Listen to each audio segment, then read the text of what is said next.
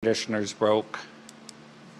We have another room we could go to that is air conditioned, a little bigger, but we have no recording capabilities in that room.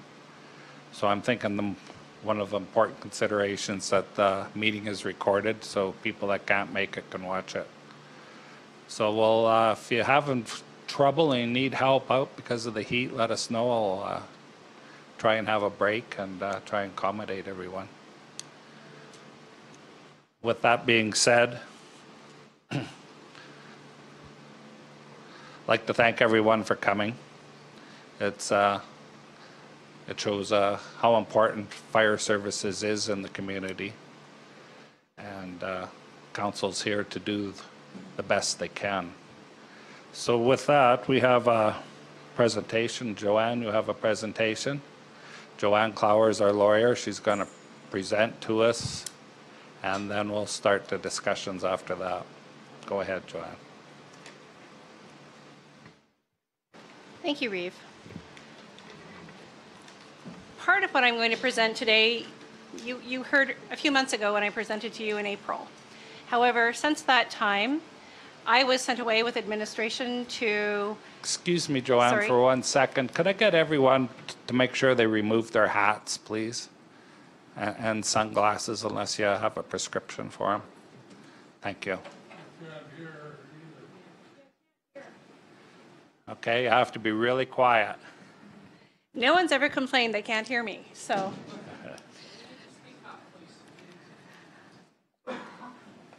So what I'm presenting to you today, you heard some of it before when I presented in April.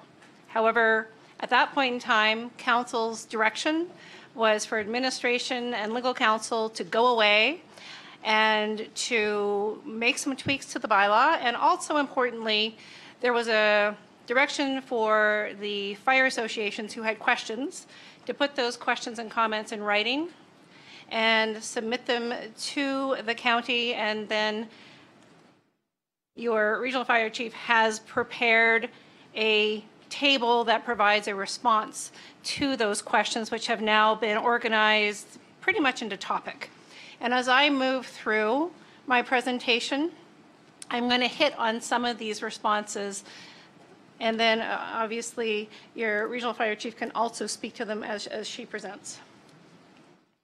So first things first, what are we doing with the new fire services bylaw? This, oh, Alan, can we get it up on the screen? Oh, okay.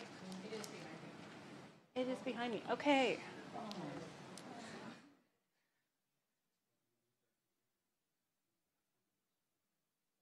Will it work if the computer's up there?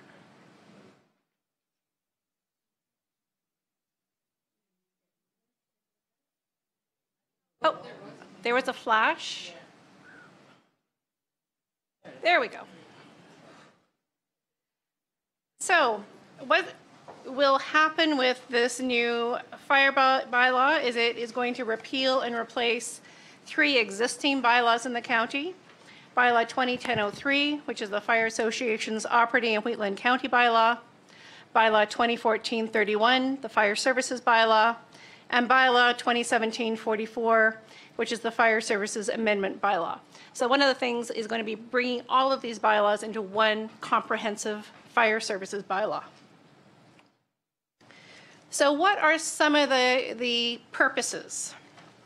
Firstly, there's a recognition of the responsibility and importantly, liability of the county in the context of current provincial legislation. Things have changed a lot in the last 10 years. And they've changed again as of June 1st with respect to OH&S. And we're going to talk about specifically some of this legislative requirements that this bylaw and the proposed shift in how Wheatland County is viewing its fire services, how this new shift is going to address these realities in the current provincial legislation. There had been a focus, I felt, in reading some of the comments that came in with respect to OH&S and WCB legislation. That's part of the picture, but that's not the whole picture. So I'm going to give you a more comprehensive discussion today about the whole picture. And also this whole concept of what does it mean to address fire protection services holistically across the county. This means that instead of Wheatland County operating in separate fire districts, there's more of Wheatland County Council looking at the overall picture in the county, regardless of the district jurisdictional boundaries, so to speak. It's going to be what level of service does Wheatland County Council want to provide to its residents across the county from border to border? What are the available resources? What's the best allocation of those resources? The other purpose is to achieve consistency. And we're going to talk about level of service. And one of the comments that I read that came in was, you're trying to bring us all down to a lower level. And that's not the case. The case is, when we talk about level of service, this is the minimum level of service that is guaranteed across the municipality. But there will be some fire departments who are capable of providing service over and above that minimum standard. They have the training, they have the equipment, they have the certification, and nothing's going to prevent them from doing that. And the other thing that this fire bylaw does is it recognizes that fire protection services are provided by both the county's own fire department and the fire protection associations. There was another comment that came in saying this bylaw looks like a Rocky View County Fire Services bylaw. In fact, it's based on the Vulcan County bylaw that I worked on some years ago, because Vulcan County also has fire associations. And the kind of tweaks that they made seem to work. And I know that Judy has also spoken with Vulcan County to talk about how things have actually worked in reality, in real life, and it was a positive response. So we felt that that was a good place to start. Obviously, Wheatland County has its own unique aspects, and you're going to have to modify your bylaw and your fire service agreements to reflect your own reality and your own unique needs. So where do we start?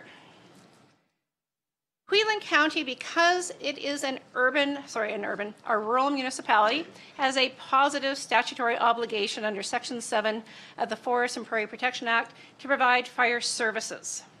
So you can't get out of it. You have to provide fire protection services within the municipality. However, this act doesn't say how you do that.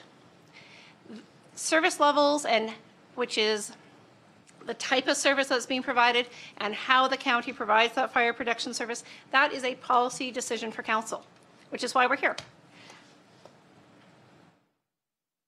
So what is a policy decision? Where council has made, it's called a bona fide, so a legitimate policy decision, that decision's not open to review by the courts, and the county won't be held liable for damage or loss resulting from that policy decision. So why is that important? It's because when it comes to fire protection services, there is inherent risk of liability, both with respect to injury to your firefighters, but also injury to the public and property loss. And so the question would be, is in a lawsuit, where would Wheatland County sit? What kind of defenses would you have? Because you are ultimately responsible for providing a fire service within your boundaries. Regardless if you're contracting that out to the fire protection associations, you still have to make sure that there is a proper level of fire service provided within Wheatland County boundaries, having regard to what your available resources are, having regard to what your options are. So in order for council, for the courts to find that council made a legitimate policy decision, council must have been exercising its discretion, which you are, because nobody's telling you how to provide fire service. This is your call. You have to be acting in good faith with proper intentions, which you are. You're taking into account how are we going to provide this fire protection service in our municipality? That is a legitimate municipal purpose. That's in good faith. But this is where the discussion comes down to. What are the risks? What are the benefits of some of these options? What are the available options? What are your available financial and personnel resources? How are you going to best deploy that to provide the service within Wheatland County? And that is all firmly in front of council, and that is your decision. Now, council must have, in order to have a policy decision, council must have made a reasoned decision to choose one course of action over another based on legitimate policy considerations. Now, what was the problem with the old regime? Well, the problem with the old regime is that under the old bylaw and under the old fire protection service agreements, is the fire associations got to decide what level of service they were providing. And that would leave Wheatland County in a bit of a pickle, because it is council's decision of what level of service you want provided in this municipality. You can contract that. You can contract that service provision to the fire protection associations, but you need to tell them this is the level of service you need to provide, because that remains your responsibility. So you can't contract out of your responsibility or your liability. Even if you contract out the actual service provision, you remain responsible for ensuring that the level of service that you set, council, is being actually delivered by the contracted agencies.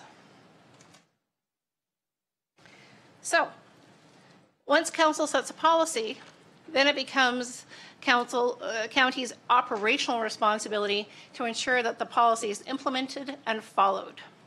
And so that's why you see built into this new fire services bylaw reporting requirements and minimum standards and minimum reference to the fact that the county's standard operating guidelines, standard operating procedures are binding and have to be followed to and adhered to by the fire protection associations, because those are your policy decisions. Those are all policies, and this is what you're saying. Everyone who's going to be providing fire protection services within the boundaries, whether it's county fire department or fire protection association fire department, everyone is playing on the same level and providing the same standard of service. But there has to be accountability. So this is where the fire protection associations are accountable ultimately to the regional fire chief, because that is part of how Wheatland County needs to ensure that your policies are properly being implemented and followed. Because if you don't take that step to make sure that the fire protection associations and your own fire departments are actually implementing and following your policies, that's where Wheatland County can be found negligent if there's damage or loss that occurs as a failure to follow policy. So again, how do you ensure the compliance? Through supervision, monitoring, reporting. Record keeping is key. And really with the new OHS and WCB rules and requirements with respect to enhanced roles for the county, for supervisors, for the fire protection associations themselves relative to the firefighters, the ticket is in proper record keeping. How do you ensure that you can prove in the event of a claim that these firefighters had proper training, they had proper equipment, the equipment was properly inspected and maintained? Because we have the proper records. And there's consistency in what that record keeping looks like. So let's talk a little bit about the acts that go beyond OH&S and go beyond WCB. So section 529, this is effectively the codification of this policy defense that we just talked about. So the municipality that has the discretion to do something is not liable for deciding not to do that thing in good faith or for not doing that thing. So again, if there are limits to your service level, which we've built into Schedule D in the bylaw, you're able to do that as long as you've made a reasoned decision of why are we doing a limit to the kind of fire service that we're going to provide. 535 sub 1, and this applies to your CAO, designated officers, employees, and elected officials. Again, you're not liable, and this is your personal liability. This doesn't impact the county's liability, this is just personal liability. But the importance here is this language of in good faith.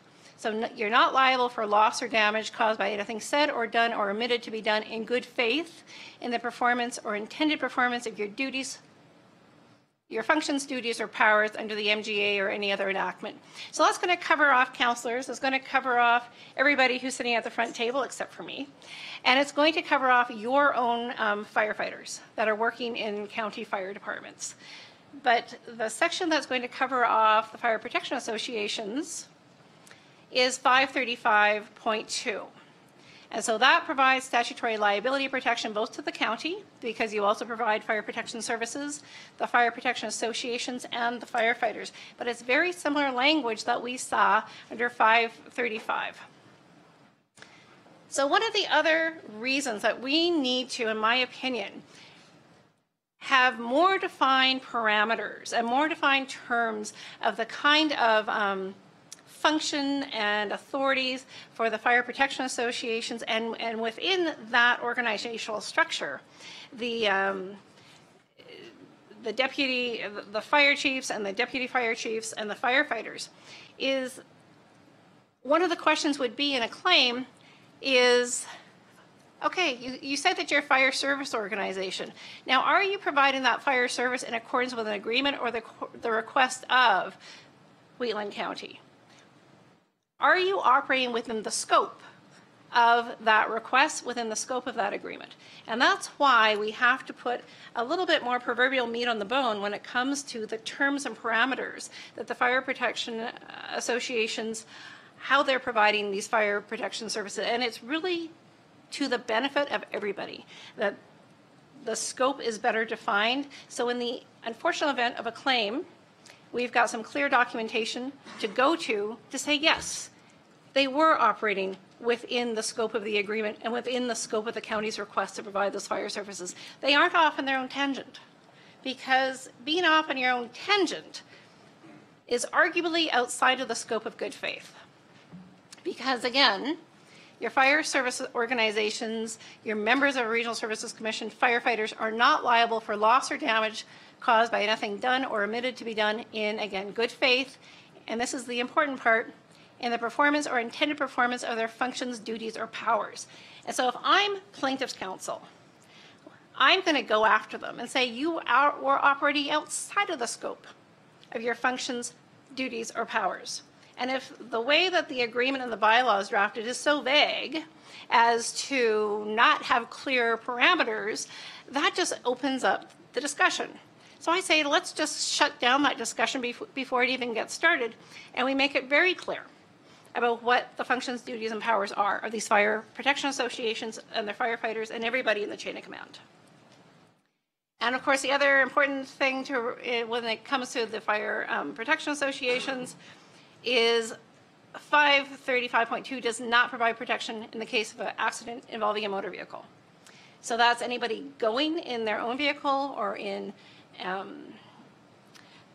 a fire department vehicle. If they get into an accident, you don't have any statutory protection there. So that's something to be mindful of from an insurance perspective. So again, what is good faith? Because that is really the ticket to be able to claim the statutory protection. So the individual organization must have been operating with the honest intention to act within the scope of his or her or its authority, functions, and powers. And where would everyone look? You're going to look at the provincial legislation.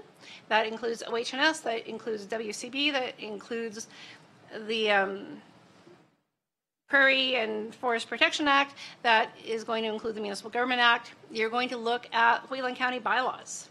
You're going to look at the terms of the service agreements. You're going to look at the terms of the policies and the procedures. So it's important that Wheatland County ensure that it has the proper bylaws, agreements, policies, and procedures in place. And it's equally important to make sure that the fire protection associations, the firefighters, and all the members know what those things are.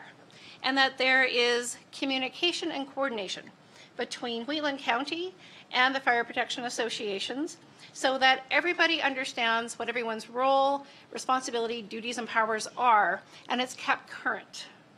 Because there's nothing worse than having a policy that no one can follow. We don't have the training, we don't have the equipment, and we don't have the ability. And so this is where there also needs to be kind of a central check with respect to training and equipment. What kind of training is needed? Do they have the means? That means, do they have the money? Do they have the personnel who is competent to provide that training to the members? And this is something that, again, the regional fire chief is responsible to ensure it's consistent across the boundaries in Wheatland County, regardless if this is about a county fire department or a fire protection association fire department. And also with respect to equipment. I've sat here listening to reports coming in on some unfortunate situations where the reality check was, holy cow, that equipment wasn't functional.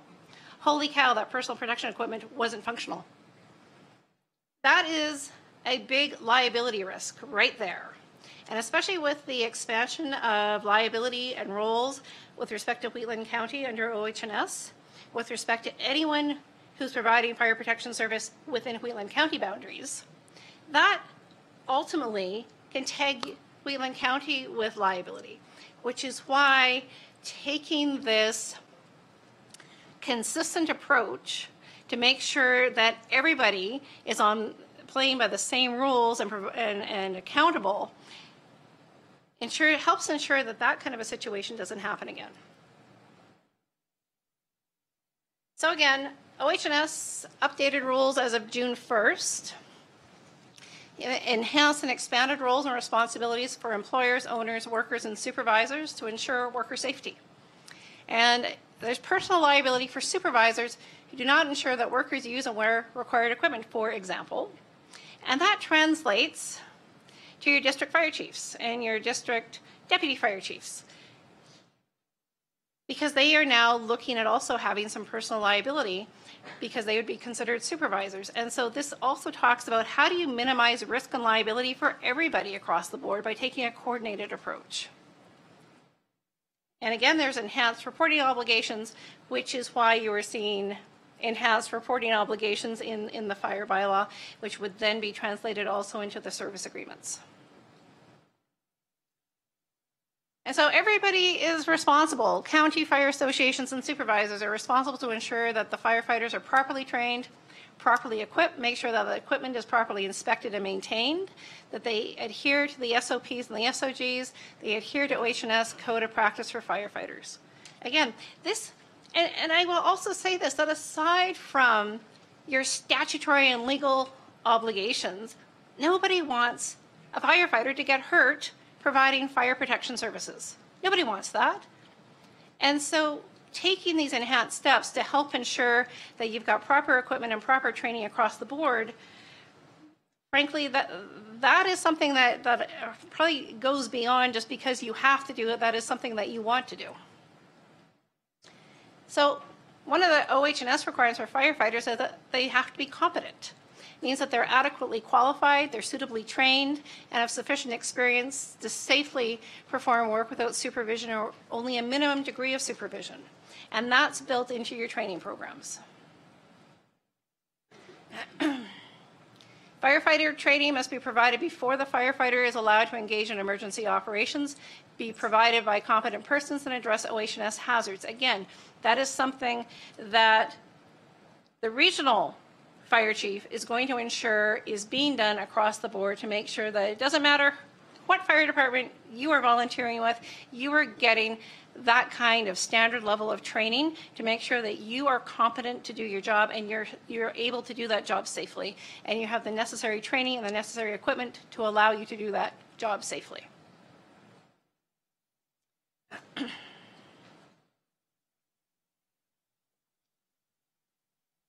So, how does this all translate into what actually happened in this bylaw? The role and authority of the regional fire chief is defined in section 4. The role and authority of the regional deputy fire chief is also defined, as is the role and authority of the district chiefs. Because it's important, again, if you're looking at did you act in good faith, did you act in the performance or intended performance of your duties, roles, and powers, it's important to understand what the heck that even is. So this is why the bylaw is looking at making those roles, duties, and functions more concrete, more defined, so that there's no room for debate or limited room for debate. And importantly, the role and authority of the fire protection associations is set out in Section 5, which we're going to talk about, and level of service is in Schedule D. And as I said before, the level of service is the minimum level of service. The fire associations may exceed that minimum level of service when they're able to do so.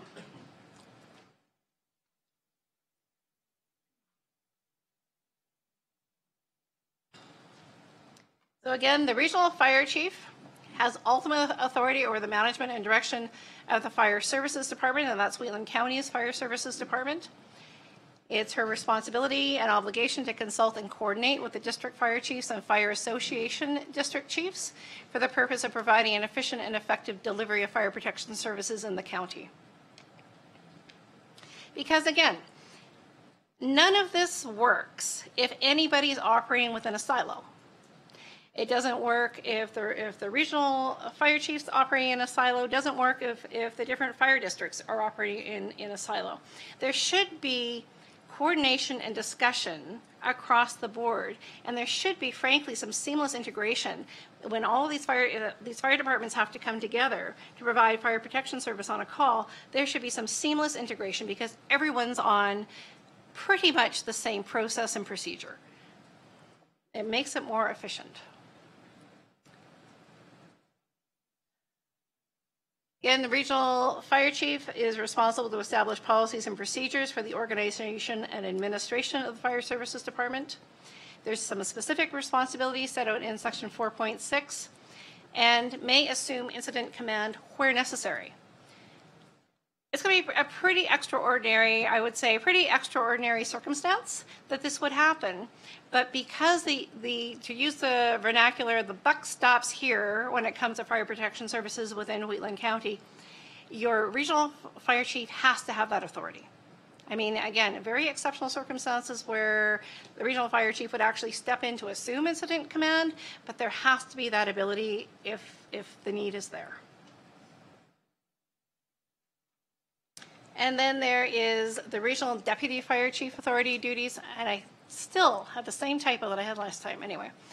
Again, appointed by the county manager, steps into the shoes of the regional fire chief in her absence, and the specific responsibilities are set out in section 4.14.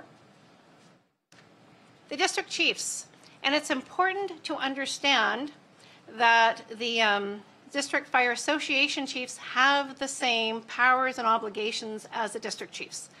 There is, if you're looking in the organizational structure, it's a parallel function here. So they are responsible to and take direction from the regional fire chief and the deputy fire chief. The specific responsibilities are in section 4.18. They have the ability to appoint the members to their own fire departments. So this is for the fire protection associations.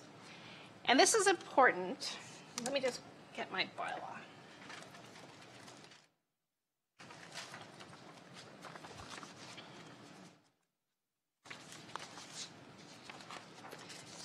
So section 5, and this is where I did draw upon the bylaw that I had originally worked on, again, for Vulcan County, because they also have fire protection associations. So I thought, I'm not going to reinvent the wheel here.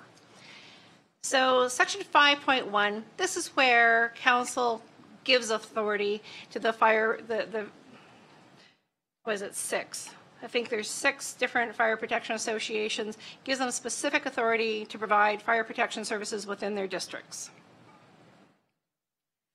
The provisions of the bylaw, level of service, which is Schedule D, and the policies of the county, that includes your SOGs, your SOPs, they are binding on the fire protection associations when providing fire protection services within the county. When they're providing fire protection services within the villages, they will operate as under the village's direction with respect to level of service. This applies to providing fire protection services within Wheatland County. I appreciate that they do have a dual role. They have to maintain an active status pursuant to the Societies Act. They have to be a party to a valid and existing fire services agreement. And again, they are ultimately subject to the direction of the regional fire chief and regional deputy fire chief And again, that is because Wheatland County Council has ultimate responsibility and liability for fire protection services within Wheatland County. And like I said, you can contract out the actual service. You cannot contract out of your obligations and liability under the acts, which means that you have to ensure that anyone who's contracted to you to provide the service is accountable to you. Like I said before, the district fire association chiefs have the same authority and responsibility as the county's district fire chiefs. Set out priority of assistance calls in 5.9 to help address efficiencies and consistency with respect to how fire calls are being handled. Budget and expenditure rules. So let me be clear, these budget and expenditure rules, this isn't being dictated by anybody. This isn't being dictated by any statute. This is a call for council. And why do we put this in there? It's because council has been held to have a fiduciary duty to your ratepayers when it comes to how you deal with money and how you expend money. It means that you, as council, are accountable for how you spend tax dollars. And so one of the ways of accountability is to ensure that the organizations that you are giving tax dollars out to are accountable to you, because you are ultimately accountable back to your ratepayers. But how that looks, how you deal with it, that is council's decision. So some of the highlights, this operates on a go-forward basis. This isn't trying to go back and retroactively change the rules for money that has been expended or paid out to these fire associations in the past. That's not happening. You're not touching anything that happened in the past. The fire capital agreements aren't going to change with respect to the capital assets that have been purchased in the past. Those rules don't change. This is on a go-forward basis. So you must, the fire protection associations must submit operating and capital budgets by June 30th for subsequent years. So that's going to allow council to review that and make decisions with respect to what you're going to do with the upcoming year's budgets. Capital purchases are to be coordinated with the regional fire chief. And again, this goes back to what we talked about taking a holistic approach. This is so, council has the ability to know what is required across the county from a capital and operating budget perspective, make an assessment with respect to the type of calls, the frequency of calls, who has what equipment right now, how's that being utilized, and make reasoned decisions about where you're going to put future resources. Currently, what's in the bylaw is from the date the bylaw takes effect, so again, this is on a go-forward basis, capital assets funded in whole or in part by county shall be acquired in the name of the county. That's not going to impact capital assets previously acquired in accordance with the existing fire capital agreements, and it doesn't impact capital assets funded without county contributions. So if the villages paid for some equipment or the Fire Protection Association's fundraise for some equipment, that's not the county's business. This is only in relation to equipment that the county has funded in whole or in part. So, as drafted currently, the funding amount monies must be utilized in accordance with the approved budget. So if a Fire Protection Association has made a request for funding based on A, B, and C, council approves that budget, then that money has to be expended on A, B, and C. It can't be used for something else because, again, this comes to accountability for council with how you use taxpayer dollars. Because the county, when you set your own budget, you know where your budget is for which departments and what that's going to be utilized for in the upcoming year to 10 years. And it's the same sort of rules that are now going to be applied to the Fire Protection Associations. And again, not speaking out of school because it was all public, this was taken originally from Vulcan County because in Vulcan County, one of the questions was, why do we have in that municipality some fire protection associations that have large sums of money that they're sitting on, and we continue to give them large sums of money on an annual basis. We need to know what you're doing with that money. And I'm not saying that that applies to Wheatland County. That's where it came from when I drafted this bylaw, and it's up to Wheatland County Council to decide if you want to have those same type of rules in play for your municipality. So money not utilized in the calendar year for which the funding amount was approved is either repaid to the county or rolled forward as an operating income in the next calendar year. And again, the point of that was to, again, avoid money not being expended properly if they needed new equipment, they needed new capital items, and they decided, oh, well, we're going to save this for something else. Again, this comes back to accountability to council and taxpayer dollars. And we've built in some financial reporting requirements. And again, I appreciate that in some cases, there are fire protection associations that are already doing this. And that's great. Not trying to fix what's not broken. But there's inconsistency right now. And this is about bringing consistency to the page. So there's also in this section 6.2 of the bylaw, there is some mandatory language with respect to fire protection services agreements. And why? Why would we bother to put that in?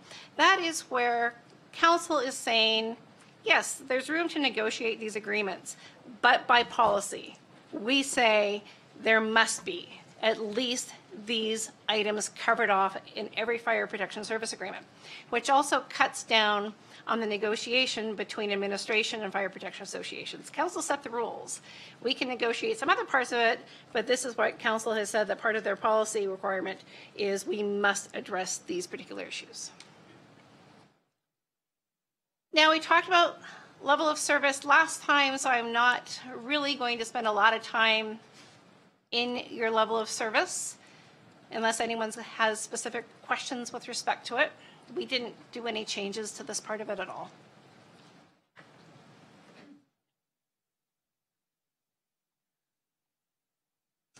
So once council has made a decision about the fire services bylaw, then what's next? Then the next, because the fire services bylaw sets the overall umbrella of rules and policy, really, with respect to how fire protection services are going to be provided. So then the next step would be to update the fire protection services agreements to make sure they're in line with the bylaw. Also the fire capital agreements, if council does decide to change some of the rules with respect to how capital assets are managed, where the county is funding them in whole or in part, then we've got to update those fire capital agreements again on a go-forward basis. It's not going to impact anything done today.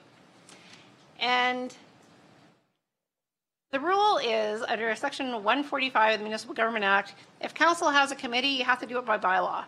And so I think a fire capital fund committee is a great idea. I see reference to it. It needs to be done by bylaw. There needs to be a terms of reference, and have to make sure that that fire capital fund committee knows what its job is, and that's current in relation to the fire services bylaw and what needs to happen from council's perspective.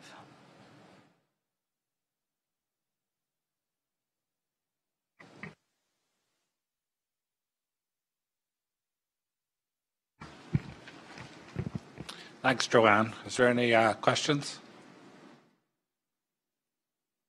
So if I was to understand this right, first we have the bylaw, and after we get the bylaw, it sets the umbrella, the rules we all play by, and then we negotiate or we acquire fire service agreements with all the associations and different parties.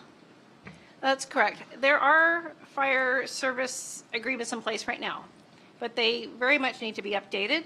And again, they need to be updated for the benefit and protection of everybody, not just the county, but also the fire protection associations themselves, their firefighters, their fire chiefs, their members.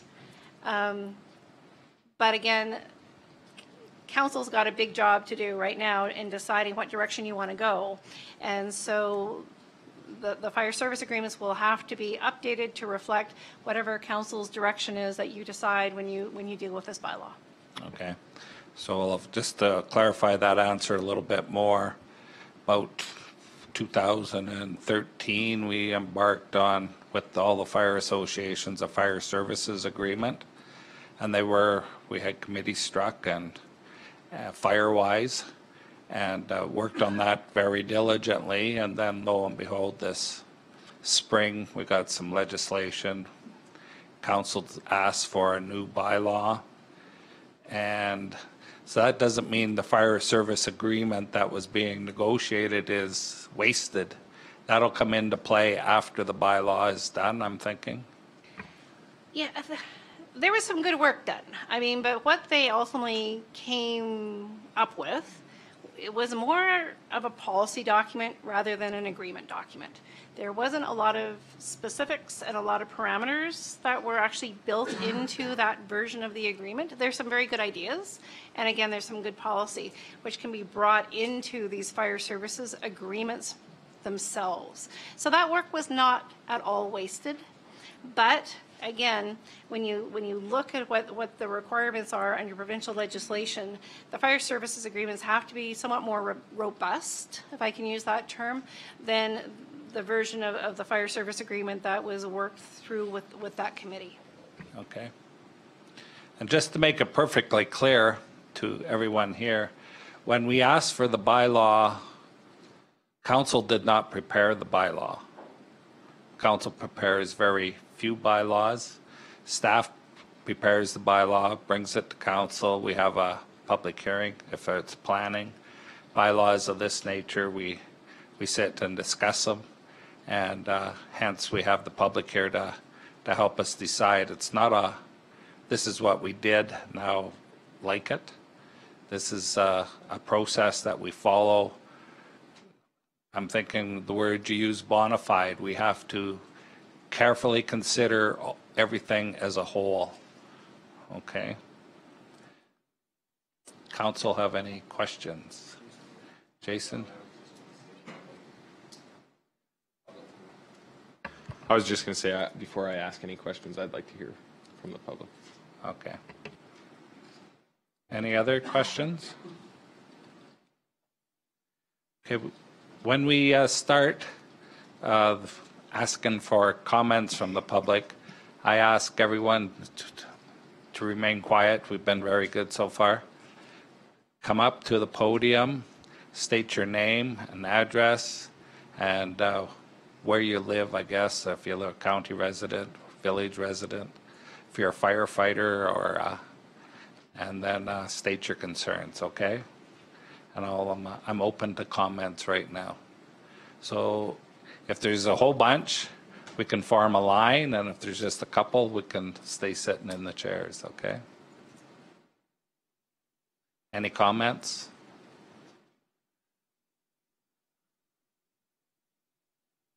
From the public, anyone? Okay. Could you please turn on the mic? Oh, turn it again. The purpose of the... Hello? There you go. The purpose of the light on the mic, and when you speak, the cameras automatically zoom in on you and record your questions. Okay. My name is Cheryl Marshman. I'm a farmer by Rockyford. I got a few questions on this. I'm one that likes to research a lot. So the first concern I have is when you look up Alberta OHS bylaws, or laws, I guess, for the Alberta, volunteer fighters are exempt. The actual bylaw is for workers, for the employment of municipalities, and the Métis. For some reason it said that. I don't have it in front of me. But there is a different structure for volunteer firefighters. What I've been seeing, because I read the 2013 report, I read the Alberta bylaws, I read the first reading of this, I listened to your tape, there's a lot of stuff happening that does not have to happen in the order that it is. What I find upsetting is that this is something that the council can do. They don't have to do to fix their fire or to change their fire policies. This is just something that wants to be done. So what I see needs to be happening is in 2013, you had 8 associations, I think 9 if we count the Carsland West Clooney one, I'm not sure where that fits in. You sat down with these associations and you talked to them, you told them what needed to be done, you went through the provincial regulations, you went through OH&S. I do know workers' compensation, when you're contracted in, that is the county's responsibility. You don't have to be. Maybe that's where that worker comes in. But workers' compensation, an association that is contracted to you, if they don't carry it, you have to. That part I do know. But you need to sit down with these associations as you did in 2013. You've got to see, you say there needs to be this minimum level, but at the same time you say that might not be possible, and it's not. So I have this encompassing fire department that still is going to be different in every one of the districts.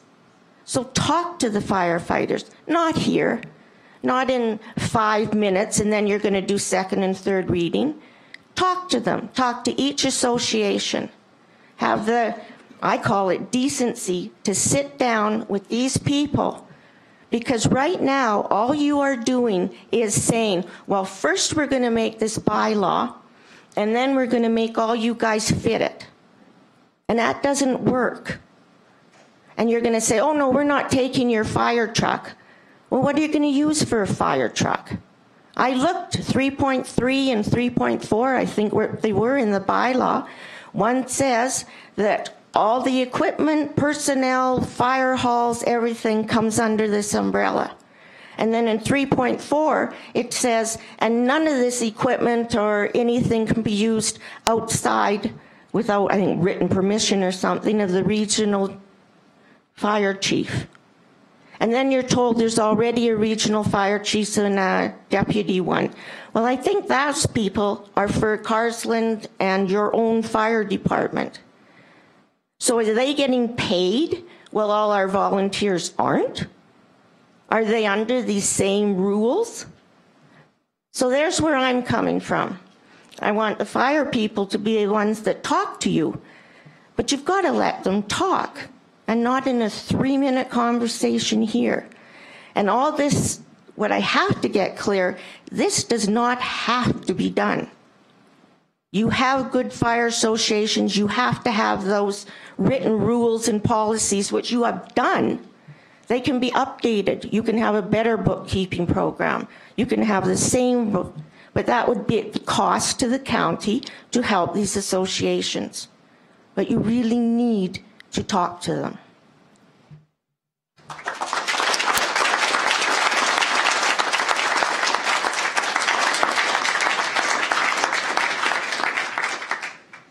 Thanks, Cheryl. I haven't much thought about the process.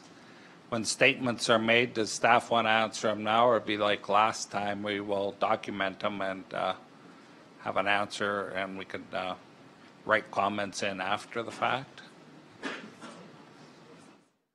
We'll see how our time goes. Glenn? And I was prepared to be here more than 3 minutes, Cheryl. Glenn? I wouldn't mind hearing administration answer the questions as they come, just so that we're hearing that information as the questions are being asked. Okay, you've got some comments then? Under current OH&S legislation, volunteer firefighters are indeed workers. That's what the Act says. That's what the Code of Practice for Firefighters says, and that is what was presented to the county and to the fire associations by OH&S and WCB. Okay. Firefighter, for the purpose of the provision, is employed. Please, Cheryl, if you're going to make a comment out of turn, I'm going to ask you to get back up to the mic. Okay. Nobody can hear you back there. Okay. Who's considered a firefighter employee? This is from alberta.ca. Employment standards only apply to firefighters who are employed by a municipality or Métis settlement. Who's considered a firefighter employee? A firefighter for the purpose of the position is employed by a municipality or Métis settlement in its fire service. The provision does not apply to the following: volunteer firefighters, fire chiefs and deputy fire chiefs, managers, non-firefighting office and administration personnel, firefighters employed by a private company and not a municipality or Métis settlement, firefighters who work in the provincial forest fire prevention services. Okay, go ahead. That is, with respect, that was Employment Standards Code. That's not OH&S or WCB. So it's different legislation, and they have different rules. And so what we're worried about primarily is occupational health and safety. And occupational health and safety, a volunteer firefighter is indeed a worker. It's different legislation than the Employment Standards Code that prescribes hours of work, that prescribes severance, that prescribes, you know, it's different types of legislation. So you can't take what Employment Standards says with respect to volunteer firefighters and says that applies to occupational health and safety, because it's completely different legislation for completely different purposes. Alberta.ca, home, jobs and employment, occupational health and safety, OHS, search, firefighters. Then you get what I wrote, what I said. So it's under the OH&S guidelines. If I can, answer the chair. OH&S laws. Sorry, Cheryl. I don't know what else to say, but it's something, and I guess this is where I'm coming from. We can't argue here over a law. I'm not a lawyer. I'm not in.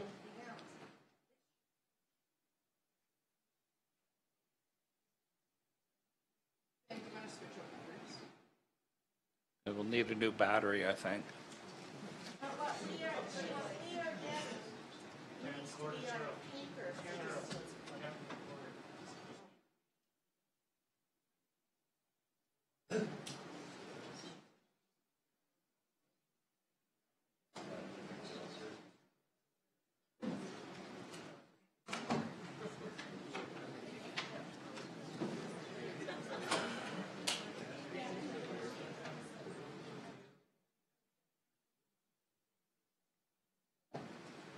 I guess we'll have to switch the mic out.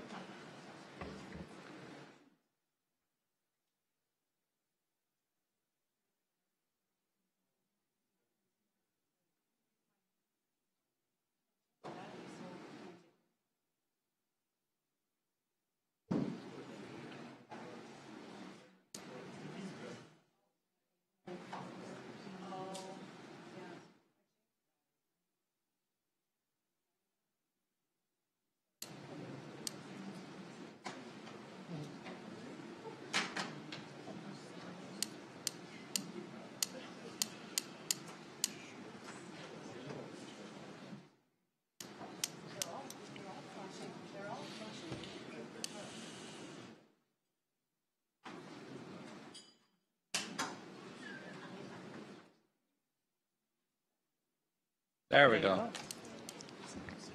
All right. I think what's coming here, and I think this is really the whole structure of what's happening here, is that when we do research and we're looking at stuff like this and we're hearing something different, and we're hearing our fire association saying they don't like what is happening in this bylaw, that it's time to stop and look at this and get that in writing, so that if this is the way it is, then we understand it. So I really feel bad that I'm taking firefighters' time, but I'm the one that likes to research. And when I look through the bylaws and I look at the comparisons between the bylaw first reading and the changes that were made to the bylaw second reading, there, if I might have it out by one, but there's only 3 or 4 word changes. It's basically the same bylaw over again, which to me says no one's listening. So if you sat down with your firefighters and made a committee and showed them all this stuff, I bet you anyway that you would come together as partners and not as top-down telling people what to do. Because I don't know, I don't think anybody here, and what they've been telling me, is they don't want to be told what to do as an employee when they're a volunteer.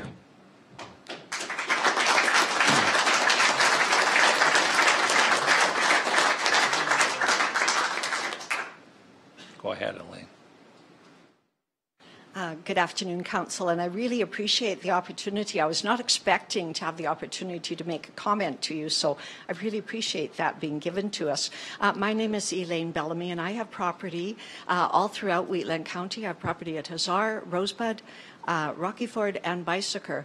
And, you know, throughout the years, I have to thank the fire associations because many times, I'm sorry, don't want to get emotional. Many times they have had to respond to my calls, and they have taken care of my fires very excellently, and I really appreciate how they have come to my aid when I needed them. But yesterday was the first time I learned about this, and so listening to the presentation this afternoon, I can certainly understand. My understanding is it is the risk of liability that the County of Wheatland is facing, and that, of course, is a risk that is serious for anyone. However, I don't think that fear of what can be the consequences if you are sued for something is necessarily the best motivator to come up with the best solution to a situation. So as I listen, and perhaps I had, you know, perhaps I didn't quite understand the process, so correct me if I'm incorrect. But it seems to me, okay, the county's going to have the rules, so the county's going to look after all the fire associations, the rural fire chief and so forth is going to make the regulations and so forth, which the fire associations will agree to, and so that is how you are going to be protected in case of liability. But so my question is, suppose I call in, I've got a fire because it's really hot harvest and I am extremely concerned that there could be some fires in spite of all of the precautions that we might take. So I put in a call to my 911 number, and all of a sudden the local fire department has a pump that is not working. So your standard would say that they must have all their equipment perfect before they can respond. So who is going to respond? Suppose they do, and who is going to come out from the county to inspect all these fire associations constantly to be sure that everything is up to par? Like, how in the world could that possibly be done? Because we live in an environment where motors break down, things happen without. So how does that protect you unless you're there constantly inspecting? So just help me to understand the process, because I personally see flaws in the whole thing. Okay. Thank you. I'll try. Thanks, Elaine. If I go off base, I'll get Joanne to help me out. What protects us is a piece of paper. Those pumps are being inspected by our firefighters on at least a bi-weekly thing. They have a practice, as I'm sure most departments, bi-weekly. They're in there, they're looking at everything, they're using things, they're practicing. They know it works. These are great fire departments. I have no qualms about their ability and what they do. They have good equipment, they keep it top notch. The only difference is when they inspect that pump, they'll write it down and say it's inspected, put their name on it, date, and it becomes a record. And that's what OH&S is. It's keeping a record of it. Okay, so nobody from the county is going to go and inspect that pump. It's going to be inspected the same way it is now by the capable people that are there looking after it. They just have to write it down. That is the change. The records have to be kept. And that is the OH&S requirement, basically. Thank you, Glenn. That is no different than on our farming corporations. We must have records for everything as well. So that is no different. But where I see the issue is, suppose it has been inspected, but there is a flaw, or suppose the local fire association doesn't perhaps follow something that they should have followed according to your new rules. So then who is liable? The county is always liable. okay? We've heard that it is our baby now. We can't contract it out. So if it isn't done right, there'll be actions taken. But meanwhile, the fire is still burning it, and every one of these associations, we have mutual aid agreements. They say, get out there, the fire truck doesn't start, say, that's the motor. They'll get a hold of the dispatch and another one's on its way. And if it is a big enough fire to start with, there's probably 2 on their way anyway. So that part is covered, but I don't know the last time a pump didn't work or anything. I know there are possibilities, but if you're looking at it every 2 weeks, or I can't see it failing, but it will. Eventually things wear out and we buy new ones. That's something they've gotten very good at over time. I don't know if that answers your question fully, but I hope that It does, Ken, it does, Glenn, but I know that the gremlins that get into things are everywhere. I guess, you know, I just want to encourage council to look at all aspects, because there are many ways to solve a liability problem. We all want our farms to be safe. We all want, you know, the Wheatland County to be safe. But I just encourage you to not necessarily go down one road when there might be some other avenues that you could explore that would accomplish the same protection for the council. Thank you. Thank you.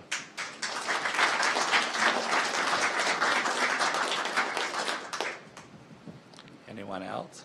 Come on. Hello, councillors. Hello. You've got a big job ahead of you, it sounds like, but you do every day, so you're used to that. Yeah. My name is Don Sungard. I reside in Standard, not too far from here. And my concerns are mostly surrounding process and governance. I'm not really involved in the detail, and I leave that up to our fire department and other people that know more about it than I do.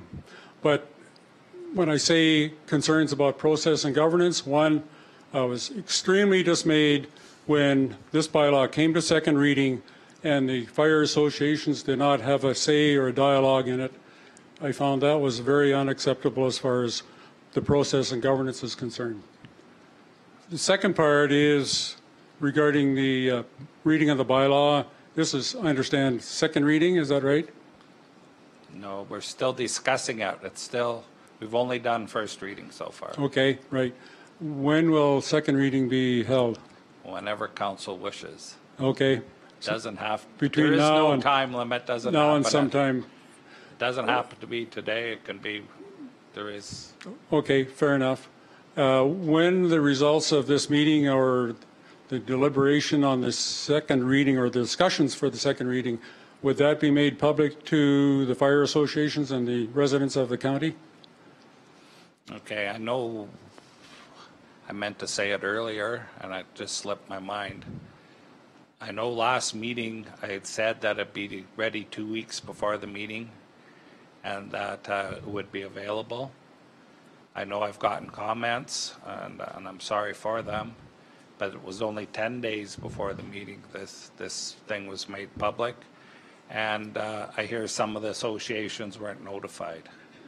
I'm thinking next time I would love to see all the associations notified and it's posted on the website, same as all our agendas are.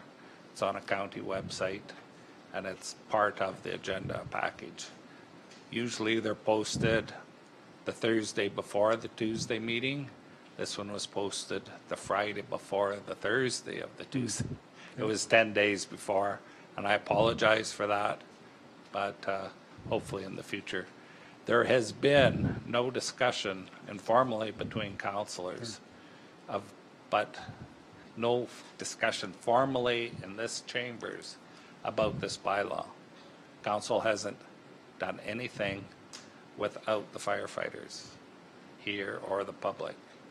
It's how this council wants to conduct business in the open.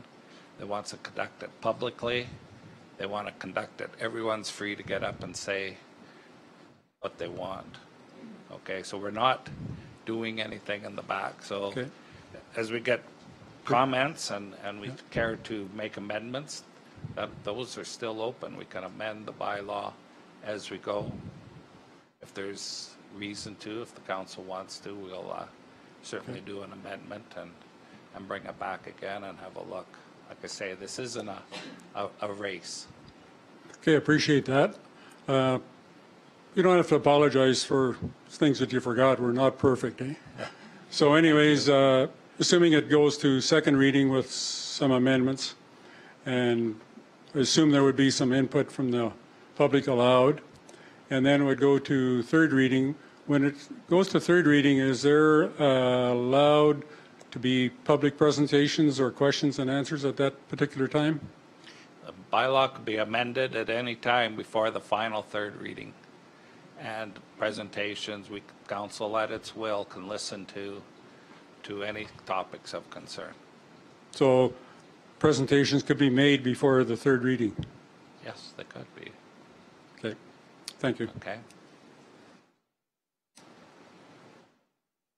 And one thing just to throw out, and not to blow any smoke, but this type of bylaw does not require public hearings or public participation. This is the will of Wheatland County Council to listen to everybody and at once and get all the comments done. So, thank you. And I think it's those kind of comments. Why people are here. What's that? I'm Lori Keeler. We just farm outside of town. Okay. That's why we're here today, Glenn, is because of comments like you just made. People don't understand what's going on. They need to be notified. The councillors work for the ratepayers. And you all come to our houses and say you're going to listen, but something like this takes place and no one hears about it? Where will the dispatch be from? Currently, dispatch is in Wedemza and Strathmore. That is the only thing they can dispatch is the fire. We have lost the dispatch capabilities for ambulance. Okay, But we because still do call answer 911 and we direct calls, but that is still in Strathmore. well, I know like the first responders from Rocky Ford, I don't know how we can operate without them. My husband was hauling grain at a farm. He fell out of the truck, broke his leg and the tibia and fibia. He laid there on the ground because the man that gave him the site didn't have the right location. Fortunately, they had the chance to phone somebody and say, where is this person at? Then they came to the farm. But in the meantime, he'd also had his heart out of rhythm and went into atrial fib. So if they wouldn't have been there, it would have been pretty scary. Because I said if he'd have laid there much longer, it was -30 and he was an hour. So I'm just wondering who's going to dispatch that knows who is who. We're just used to a friendly, helpful face, and that's why I think everybody's here today. I know it's a little bit off topic, and I know it's a big concern of mine. It's a big concern of this council. It's dispatch of first responders. Anybody who sits on the Wedemza board knows how we fight to get better. Exactly, and But, it didn't work with the ambulance, so why would Yeah. we do it with the fire? Yeah, it's the provincial regulations when they took over dispatch for ambulance. We're in a constant battle with them. We're doing what we can. And Okay, thank you. thank you.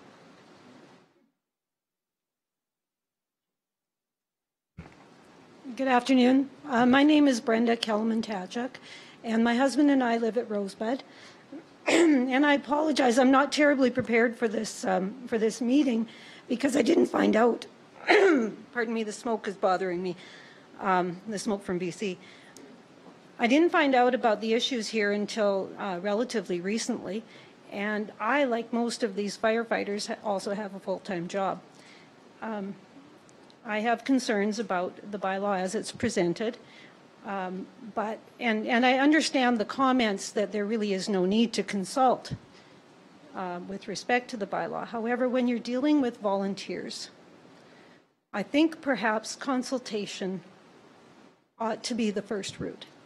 You're dealing with people who have given countless hours of their lives to their communities. You're dealing with people who have donated assets to these communities. And I'll come back to that in a moment. Council has a history of working together with the communities with respect to our firefighters. You had risk before this, you will have risk after this. You managed the risk before by utilizing the contracts. You worked with the associations to make those contracts. And I don't understand why now there appears to be a top-down effort here as opposed to working with these people. And I must defer to the firefighters when it comes to the internal workings. I have no knowledge of how they function. I know they function very well. And I don't quite understand why you can't simply go to each association and tweak those contracts that are existing in order to manage your risks, because I do understand that risks must be managed. The responsibility of the municipality pre-existed and was managed then with these contracts. And when you have volunteers working, I think it's best to have them on side lest you lose them. My bigger issue with this, and I support the firefighters in whatever issues they have, and I think judging by the fact that we have so many of them here, there's a problem. And those problems need to be recognized and need to be explored before you move forward. Now, having said that, on a go-forward basis, I understand that the assets previously donated to these fire halls and fire associations are intended to remain with the fire associations. Say, for example, when land was given, when people spent half their lives building these fire halls, what happens then when there is a capital expenditure required, say the roof needs to be repaired, there's flooding, something like that, when there's significant repairs that are needed to these properties, and the municipality is going to pay for a portion of it. Does that then mean, based on this bylaw, that the municipality takes ownership of that? And it may well mean that. So then what happens when the municipality 5, 10, 15 years down the road determines that these assets are better utilized elsewhere? And small rural communities lose what they have contributed to. And I can tell you for a fact that that was never intended when gifts were given. Gifts were given with the intention that they remain with the community, or they would have been gifted to the municipality, and I'm very emotional about that. It's the redistribution down the road that I'm concerned about. It may not happen within my lifetime, it might. I didn't expect that this bylaw would arise during my lifetime. What I'm asking is that council work with these people. This is not an urban area where people are just hired and do a job. These are volunteers. And I can tell you for a fact that down here, every person in this room has dropped whatever they were doing, whether it was their paid work, their family time, whatever, at that tone. And they know the people that they're going to help. And I would ask that you please consider that and consider the spirit in which the donations have been made to these associations. And that's all I have. Thank you.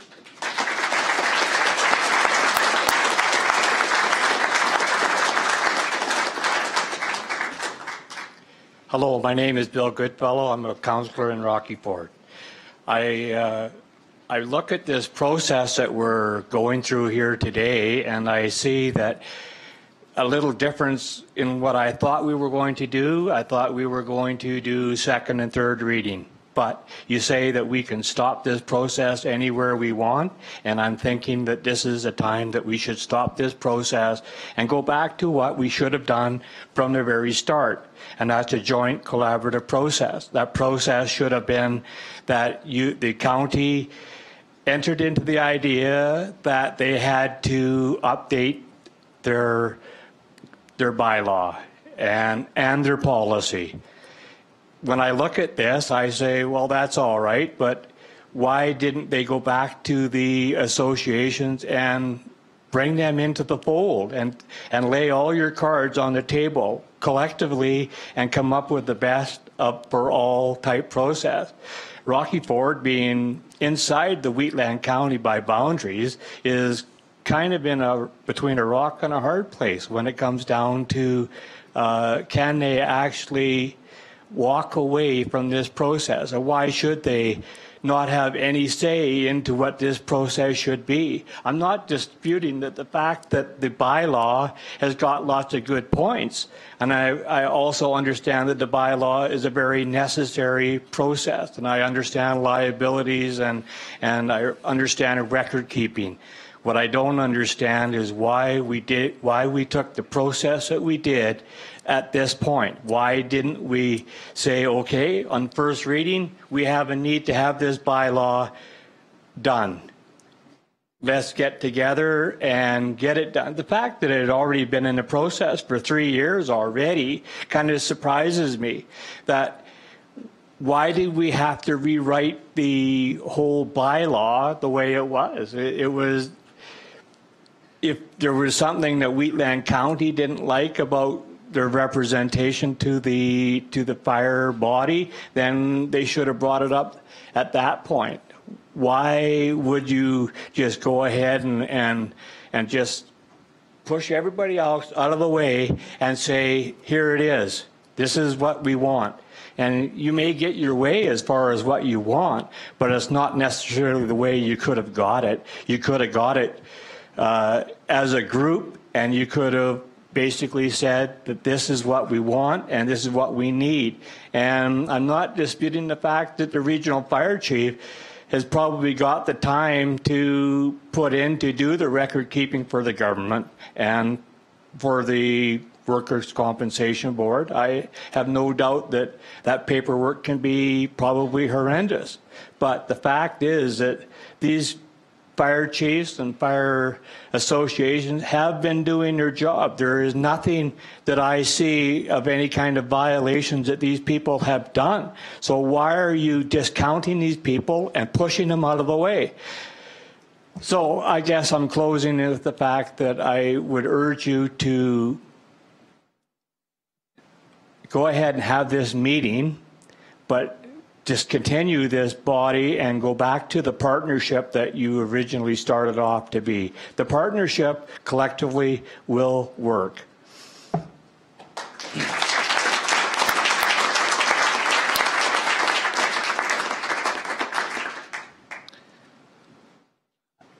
I think there's been a misconstruing of what I've said.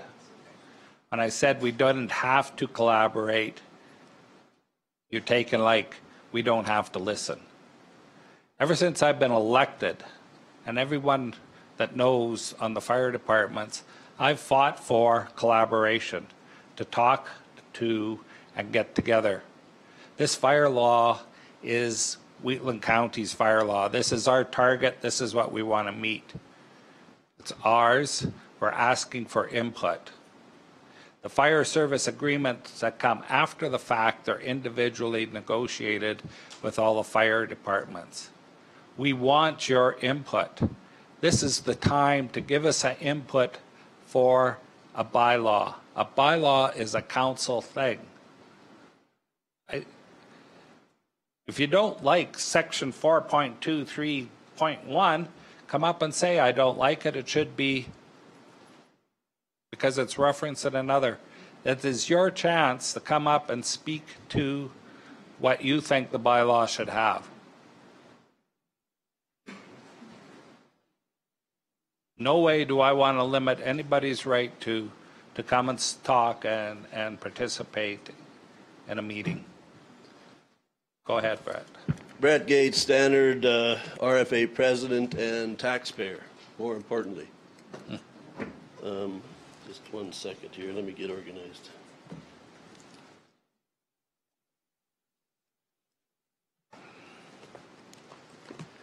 So council never did answer the most key question that was asked last time. And I'd like you to do that now. And that question was posed by one of your councillors, Mr. Wilson. And I'll repeat the question. How are we expected to make a well-educated decision without meeting and discussing the issues with the RFAs and firefighters? So, Mr. Ben, how can you answer that question? How do you expect to answer educated questions without talking? I think we're talking two different issues here. One is the fire service agreement and one is the fire bylaw. And there is a fire bylaw currently in place right now that if this one was squashed, that fire bylaw would still be in effect.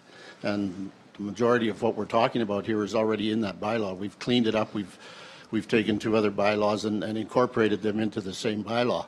So it's basically, with a few changes, the same bylaw that we're already working under. I think the big discussion here is the service agreement.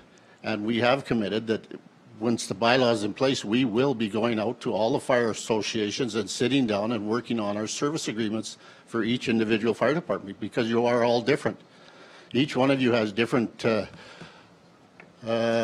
training skills. Each one of you has different equipment. We need to know what that is, and those are the fire agreements that will dictate what kind of fire service is in those areas.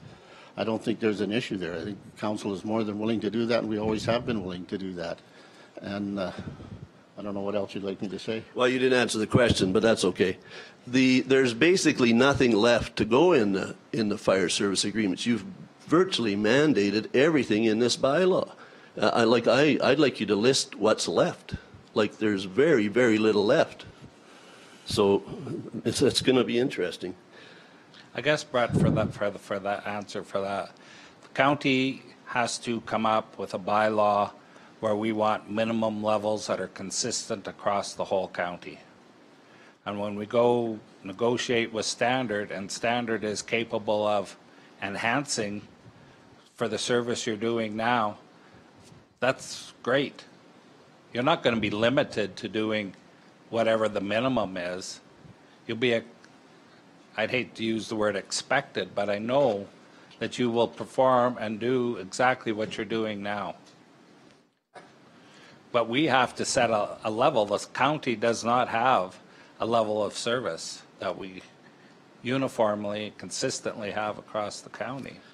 Well, I defer back to Mr. Wilson's question about how you can properly decide without talking to the RFAs and the firefighters. That's the purpose of today. Yeah, well, that was the purpose before. You're a little late out of the gate. I'm sorry. How do you mean late out of the gate? Nothing has been decided yet, Brett. Well, you've sure caused a rift, I'll tell you. So my next question. So how many of the councillors have actually talked to any of the Vulcan presidents or vice presidents or RFA fire chiefs or the councillors on how their process went with this bylaw? Did any of you talk to any of them? You guys did. Good. I have too.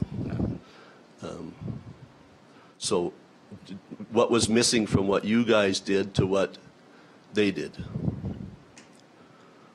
You want to direct your questions through the chair, please? Okay. Glenn, did you talk to did any of your councillors talk to anybody from Vulcan about the process down there and how it's turned out? I'll ask any councillors, does anyone talk to Vulcan? I talked to a member of the RFA in Milo, and though there has been comments saying it has went well, that is not what we've heard from them or a councillor in County of Vulcan, and I've heard Lowman sounds the same as Milo. And I believe Amber said the ownership between the two So a significant difference between the bylaw that has been proposed today and the Vulcan bylaw is the fact that in the Vulcan bylaw, the fire associations maintain ownership of equipment, and in this bylaw, that's different, a significant difference. So even though we did talk to them and get some opinions, it's still significantly different. What did they say about the process?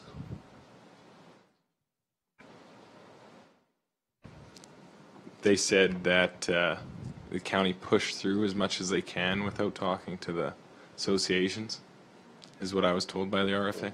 That's not the answer I got, but that's okay. You maybe talk to different people, I don't know. So, sorry. Glenn, can I just make one comment? I think, in my opinion, it's unfortunate parts of the process that have gotten us here, and I've disagreed with parts of it. I did request that we meet with you. Unfortunately, we have to go with the majority of council. I think what is going to be the most productive for us going forward is acknowledging that we are where we are. And this is our opportunity to hear from each and every single one of you. And we will listen. And it's not going to be 5 minutes. We'll stay here, we'll recess, we'll come back. I apologize that it's during the day, and I know that's inconvenient. But this is our opportunity, and we want to hear what the issues are, and we want to figure out a way in this public meeting to collaborate. And we can do that just as well right now as we could on a Tuesday night having wings or whatever. This is our chance, and we are genuinely listening to you, and we want this to work. We value the service of each of the firefighters in this room, and we want this to work. We also have responsibilities as council and governing this municipality to cover off liabilities.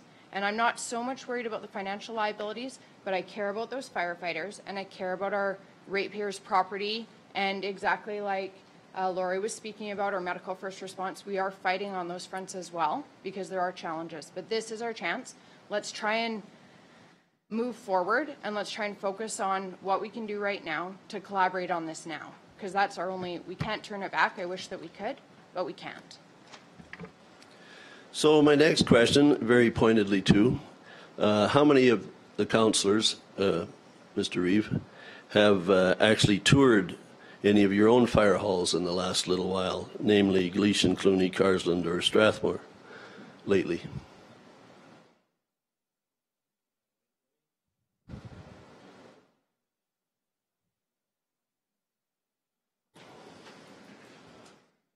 I'm going to be wild. Sit down. On behalf of the Standard RFA, I would like to formally request a copy of your last quarterly inspection report for the Carsland and Wheatland West fire halls, and specifically with respect to the expired bunker gear and non-CSA approved boots, if in fact what I heard is true. I'm suggesting maybe you need to clean up your own house before you tell us how to clean up our house. On that note, I'd like to look at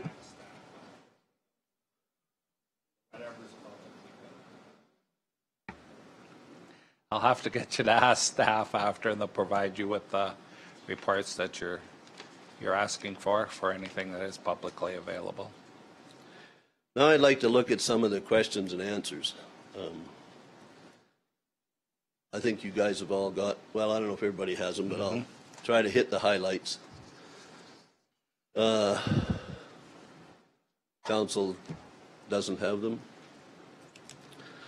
Okay.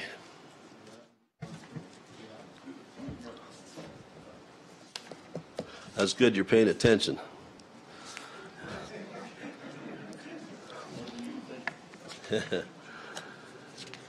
So, first of all, it was in number seven, sorry. It was interesting to see your lawyer mention that there were not people in the halls, paid people in the halls yet. So that's a concern, and I'm suggesting that you're going to need paid staff to do all the reporting that you have now mandated. So you better get ready for that. Number 9, this operational agreement in no way treats us like a contractor. We are now an employee, basically. It's an operational agreement. It's like you've got all that stuff. The old bylaw didn't have all the operational stuff that used to be in our fire service agreement, and we used to negotiate. Now you've mandated it in the bylaw, and you dictate all of our operations. There's virtually nothing left to talk about in the joint agreement. It's no longer a joint relationship, that's for sure. This bylaw 6.2 even dictates what has to be in our negotiated agreement. Number 12. Council may in its sole discretion amend any fire protection services agreement. And the answer is saying, well, it's to be negotiated. Well, that wording tells me otherwise. So why then sole discretion? Like I said, I don't think there's much left to go in the agreements.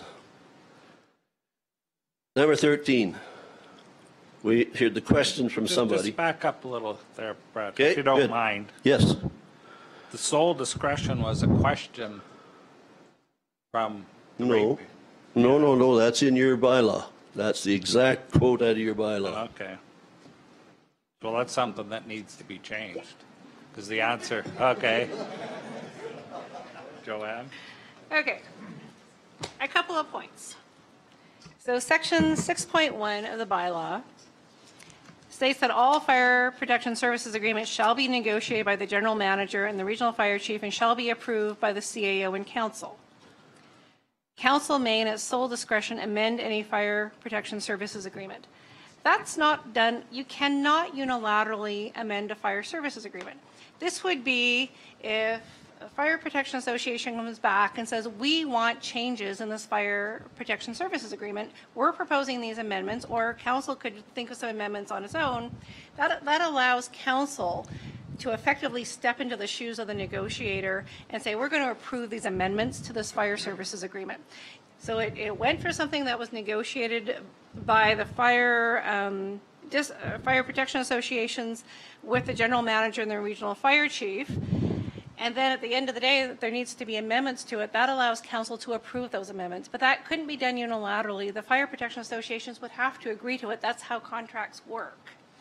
And the other point is under 6.2, yes, this is where, subject to council's discretion, all fire protection services agreement must contain the following provisions. And it sets out, I think, 6 standard areas that council, if you would choose to do this, says across the board, all our fire protection agreements have to have these elements in it.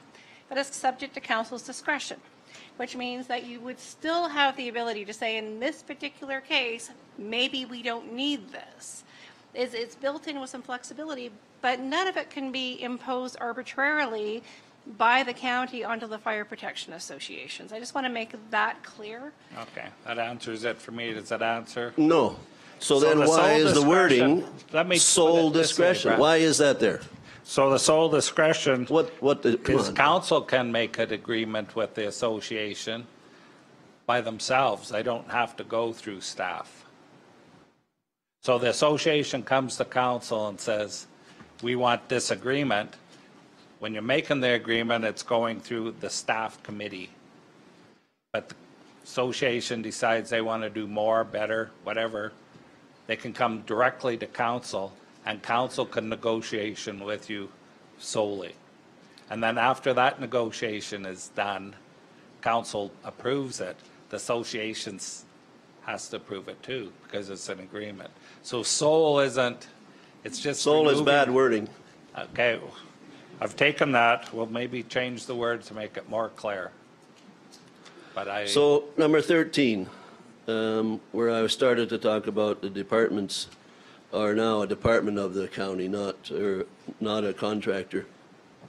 Explain to me, just so I know, how you people here, councillors, feel you, after not consulting, feel you are a better judge of what we need than the boots in the hall. I don't understand how you can make all these decisions, especially without talking to us. I don't understand as far as the budgeting goes. that's what you're here for. I'll leave that with you. You can think about that. Mr. Gates, I don't understand your question. So you'd be creating... Mike? Sorry. I'm sorry, I don't understand your question. It would be the fire associations that would be creating their budgets. Yes, And but that's not, you guys have total say in what is approved in the budget, not us. Yes, because we are financially responsible to our ratepayers for how we spend your tax dollars, correct? Yes? So obviously, I think the tone of that was very much that you would be bringing it to us and that will be a collaborative process.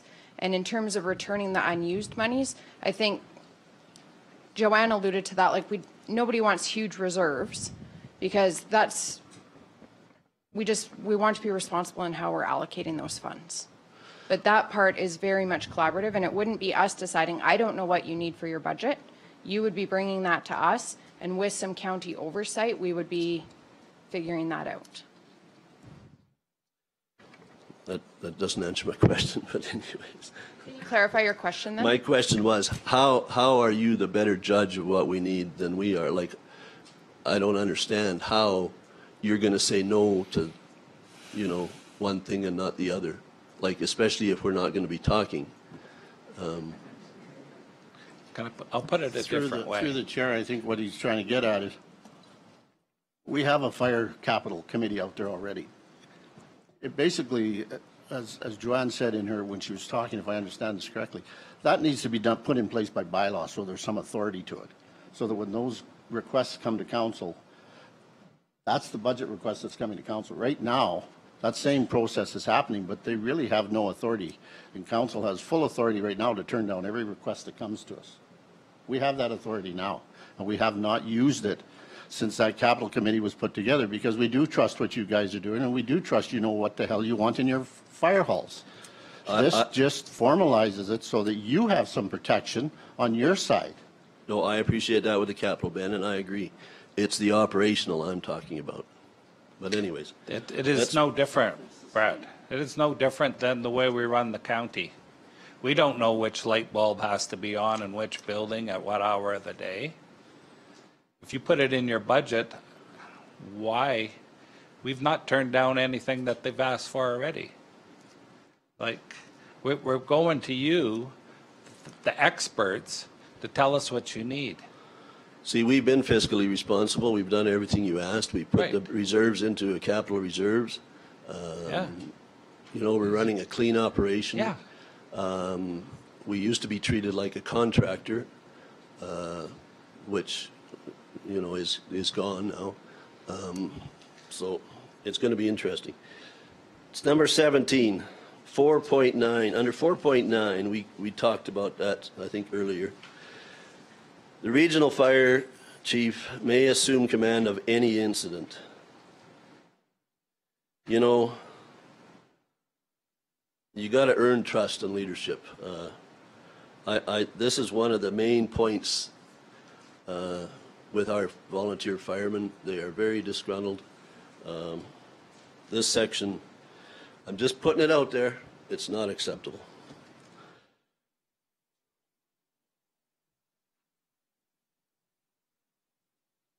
Can you back up a little bit, Brett? Pardon? I'm a little green here too. This if you've got an active fire scene and you've got all our staff out there doing their job, and we've got incident command, capable incident command in charge, and somebody decides they should take control for whatever reason, you know, if you think your volunteer firemen are going to just take commands and do what somebody outsider basically is saying, you know, you've never been on a fire department. I've never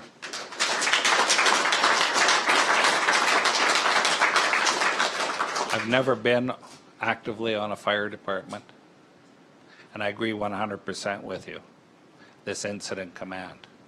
There has to be extraordinary reasons, whatever it is, but the only reason that I can understand why it's in there is to sets up the chain of command in this organization of the county. I appreciate to use it or not, it's it happens in all our departments. We don't have the manager of infrastructure go out and take over somebody's job who's the oil foreman and take over command of that. That would be extraordinary, maybe he's sick, maybe whatever.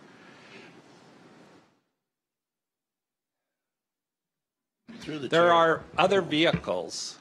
I don't want to get too much, but if you feel slighted in any way with incident command or anything that happens out in the field, there is processes within the county to come and state your grievance. If you feel like you're not being heard by your direct supervisor, you go to the next supervisor. And if you don't get recognition there, eventually you send a letter to the Reeve of the county and they listen to it. When we get the letter, we'll sit down, all of council, and listen to it. It doesn't happen that, it only happened once since I think I'm here.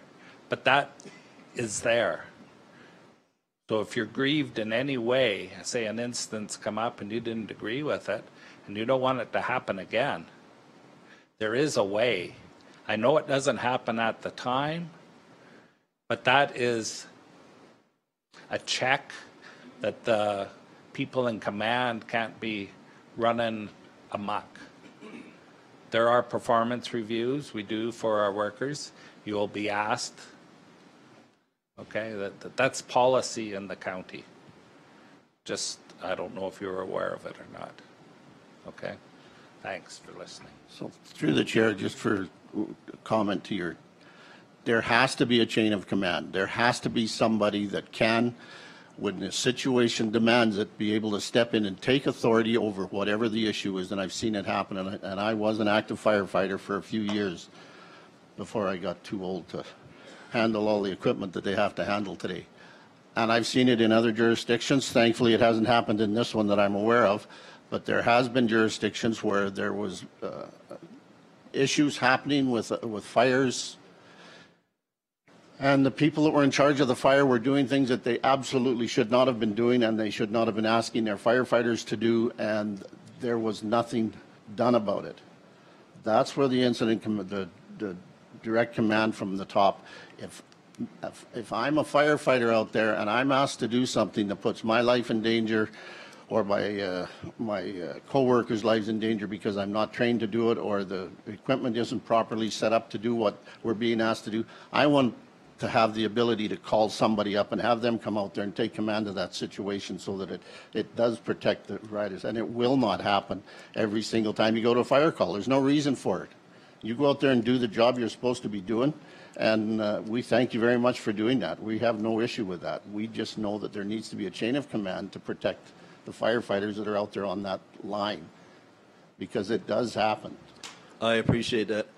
That's not our point. Our point is the wording needs to be tweaked. I think you've got a lot of input about that from the firemen. So can you help us? They'll be coming up and talking to you. Okay, because that's what I'm looking for, specific rewrites. That's how we amend the bylaw. We sent a lot to you. We were very disappointed, frankly. They were filtered through. You didn't get to see them yourself. They were filtered, but I guess that's the process. I'd like to move on. Number 21. It's not my question. I don't know whose question it was. Every aspect of the operations is the role of the regional fire chief, and every aspect makes the sole decision, in fact, redundant. Makes the fire association, in fact, redundant. If the regional fire chief's going to be making all the decisions on training, recruitment, discipline, virtually everything. You know, that's a very good point, and when you read it, it's a bit disturbing, and it almost looks to me like that's where you're heading to get rid of the RFAs. That's just a comment that jumps out at me when I read this. I'm thinking the wording should be cleaned up on that too. That has never been discussed to get rid of. We're going to extreme lengths to keep them. Not like the majority. There again, if all the RAs are going to be doing is our minimum requirements, then yeah, you don't. But that's not the point. The point is you have the freedom to enhance the freedom service. For what? To enhance your service.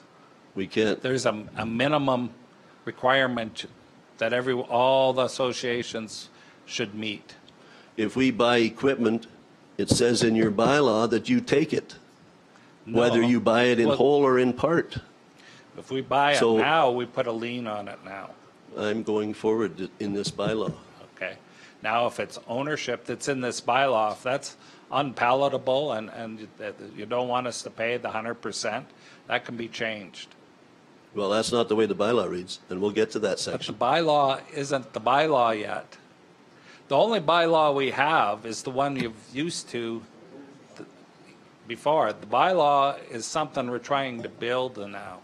This bylaw that you're reading is not done. That can be changed. It can be changed right today. You don't like the 100%, you want 90%, 80%. When I first come, it was 50%. When I started, it was 0. Yeah, well, you started before I did. And when I started, it was 50%. It was, you're right, Brett, and I'll just, not to pick a fight, but it was 0, but it was the fire associations that came to this county and said, we can't maintain it. We cannot maintain our fire departments by raising the money. We need help. Yep. It was you guys that come and ask for it, and that's where we're at. And when we put 40, 50, 60, 70, 100% of our taxpayers' money into that, we need some accountability for it. Yes, I'm sorry. I agree, yep. So when we negotiate, there'd be room in the respective, if you only want 60% of the money or none or 13, that can be up for, it can be amended as it said earlier again. I'll get that section. I got it marked down here. Okay. So number 37, this was a key issue that was conveniently left out of the Vulcan bylaw, where all future items purchased, funded wholly or in part by the county shall be in the name of the county for regionalized districts and in the name of the association where a service agreement is in place. In the event that the association ceases to provide service, the capital assets will be sold back to the county for the sum of $1. Assets purchased for that particular district shall remain in primary service in the district regardless of ownership. So that's a very key section to have left out. And the answer there was we can discuss this in the fire capital and fire service agreements. Well, if you can leave that part of the thing out, why can't you leave a lot of the other operational stuff out? I don't understand why that one section is picked to be left out. That's the crux of the thing, we can.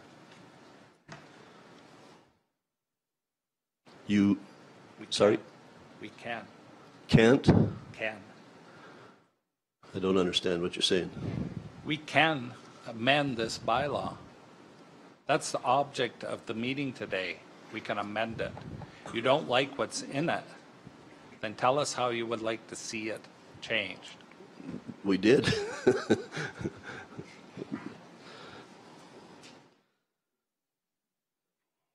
I don't.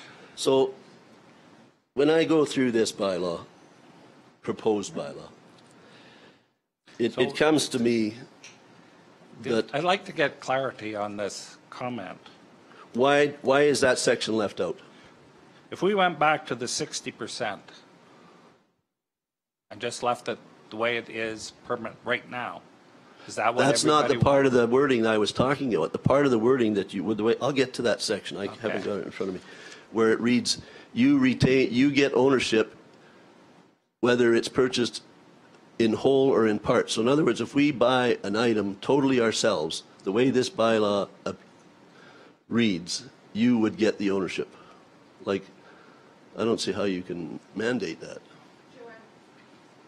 Go ahead. Let me find this section. Joanne did clarify that if it was solely purchased by the fire association, it would be in the fire association's name. The wholly or in part is by the county. So if the county pays 100% or if the county pays 60%, the way the current bylaw, the current proposed bylaw is worded is that then it would be owned by the county. You're right, there is a difference in the Vulcan. In the Vulcan, even if it's purchased in part by the county, it is retained by ownership by the association. So that is a significant difference, and that's one of my questions, is what the rationale was for that difference. I don't know if legal wants to answer that now. I can, because Vulcan County changed their bylaw after I drafted it and after it was originally passed. So this was a subsequent amendment. So what wasn't trying to be cute about it. I was working off the version of the bylaw that I had originally drafted that was originally passed. And this was a subsequent change. But at the end of the day, it's up to Wheatland County Council of how you want to deal with it. Section 514. That was section 514. Anyways, like I was starting to say, when I read through here, it occurs to me that there's more to this bylaw than you're saying. It would be nice to know the real reason behind what you're pushing here without talking to us. Like I told you the other day, the skeptic in me says there's something going on. The good departments out east that you've spent a lot of money on, I agree, and I think it was well spent. Maybe there was some money spent where it shouldn't have been. And I see other departments that you're running maybe don't have as much equipment, and maybe you think their call volume is higher. Is your intention to basically move that equipment? That's what appears to me to be your real reason for behind this bylaw. And I'm being blunt about that. I would never stand for anything like that as long as I'm here. That has never been a topic of discussion, to acquire equipment and move it around to our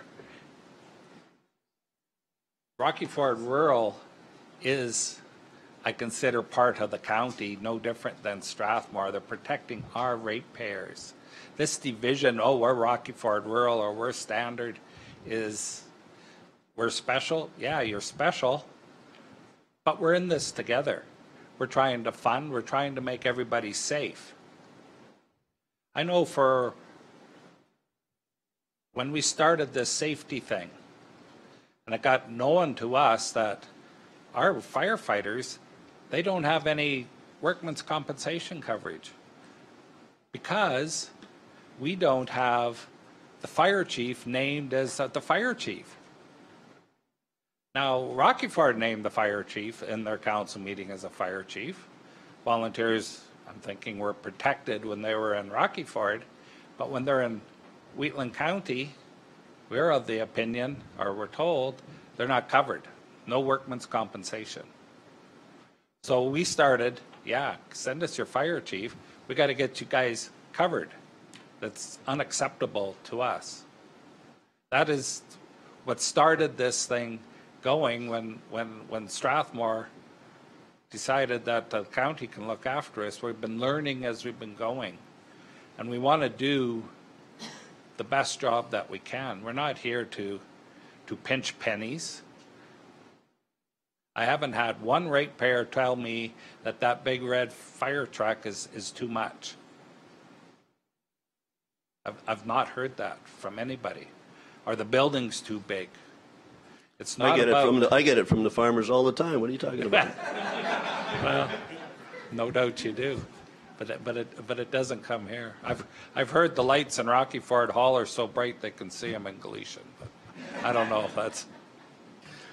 Through the chair, But all joking aside, you know, we're trying to make a better thing. We want people consistently protected. We've got new legislation we have to provide for.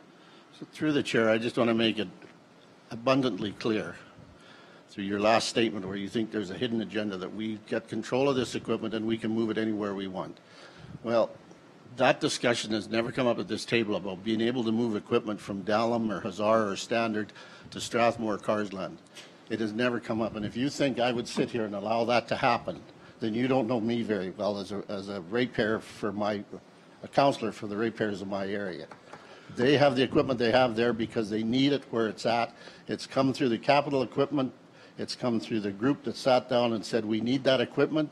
They've planned it for every single area, every firehouse out there, and they all agreed that this is the equipment they need, and it goes through a process, whether it's this year or next year or 4 years down the road, that's when it's going to be in there. And the only time that some of that equipment might move is if that association folded and there was nobody there. And we had to deal with it that way. As long as those associations are out there and running, that equipment will only be moved through a mutual aid agreement of that association to the other association, not through this council. We'll let Clooney talk to that. Number 45, item 40. You don't have them, you guys. I got it. Len, this one really picked at me, that your comment at the last meeting that the 40% was mainly county money. You know, we've had suppers, we did bottle drives for what, 4 years. We do our own calls, we raffles, the paid calls, not to mention donations and casinos.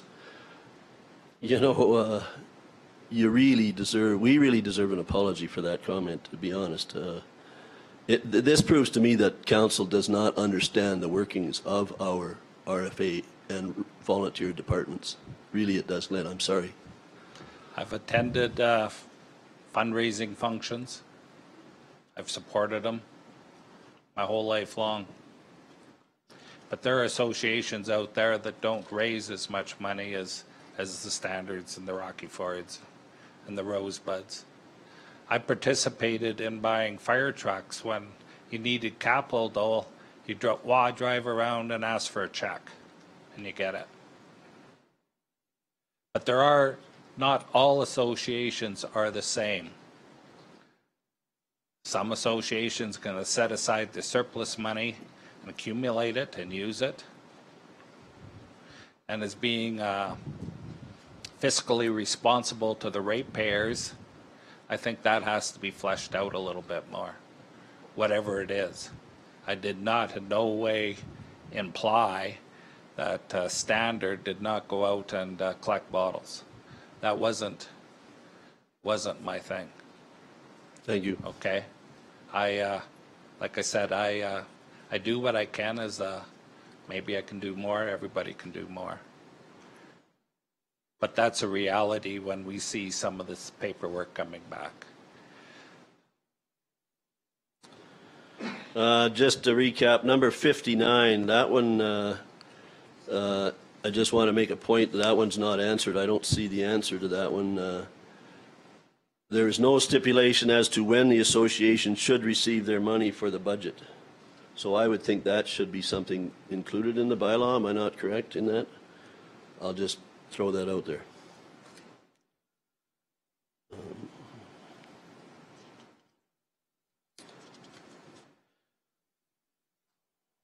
So section 4.5, if you could, this section here is the actual one. Bylaw now? Your proposed bylaw, yes. Okay. 4.5. That one there, that's really one of the major issues here. And these volunteer firemen can speak on that. I was on there for 30 years till they threw me out. But I don't know. I guess I was too vocal or something. I don't know. 4.5. The regional fire chief basically looks after recruitment, conduct, performance, discipline of members, et cetera, training. I don't know. Some of that stuff shouldn't be going from the very top to the firefighters. As far as I'm concerned, that some of that discipline and some of that stuff should go through the appropriate people in the hall, in the fire department. And we do not absolutely like that wording. You can put it in there if you want, but I would suggest it ain't going to happen. Maybe these guys here will agree with that or not, I don't know. But.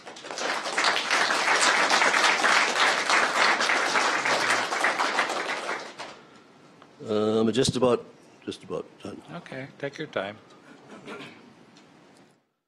While you're looking, I'd like to answer that 4.5. Okay. All policies in the county are approved by county council. The managers draw up the policies and explain them, and we vet them out at the council table here. So I can see where you're reading it.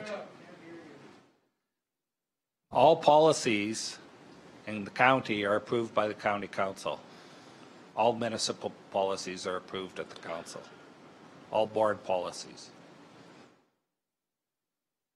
The implementation and making sure the policies are adhered to are the responsibility of the managers. So the fire chief and the hall, it's their responsibility to make sure they're carried out. It is regional fire chief making sure that fire chief's carrying it out, and so on up the train it goes. So it's, I guess we can try and change the wording, but that is the meaning of it. It's not a top down. It's. Looks like it. I know it's Sorry. what it looks. I know what it looks like, but that's not how it works in practice. No, it isn't going to work. Yeah. Okay. 75, number 75. I'm not 7.5? sure. We're getting towards the end here.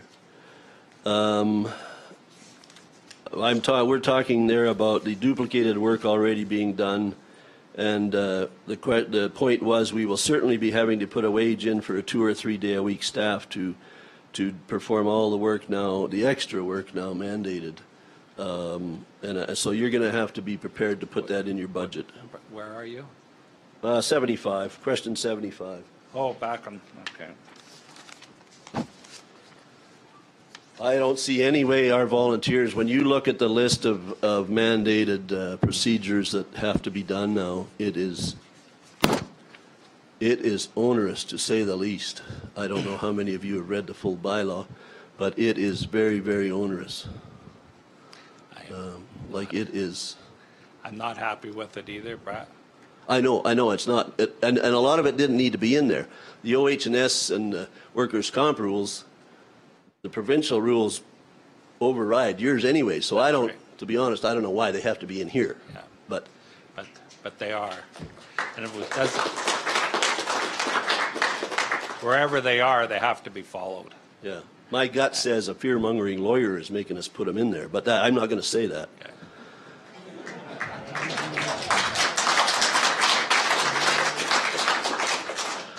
But for your information, we have people at the county office here.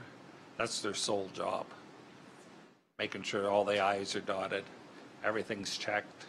They're new employees. They're new employees. Sorry about that.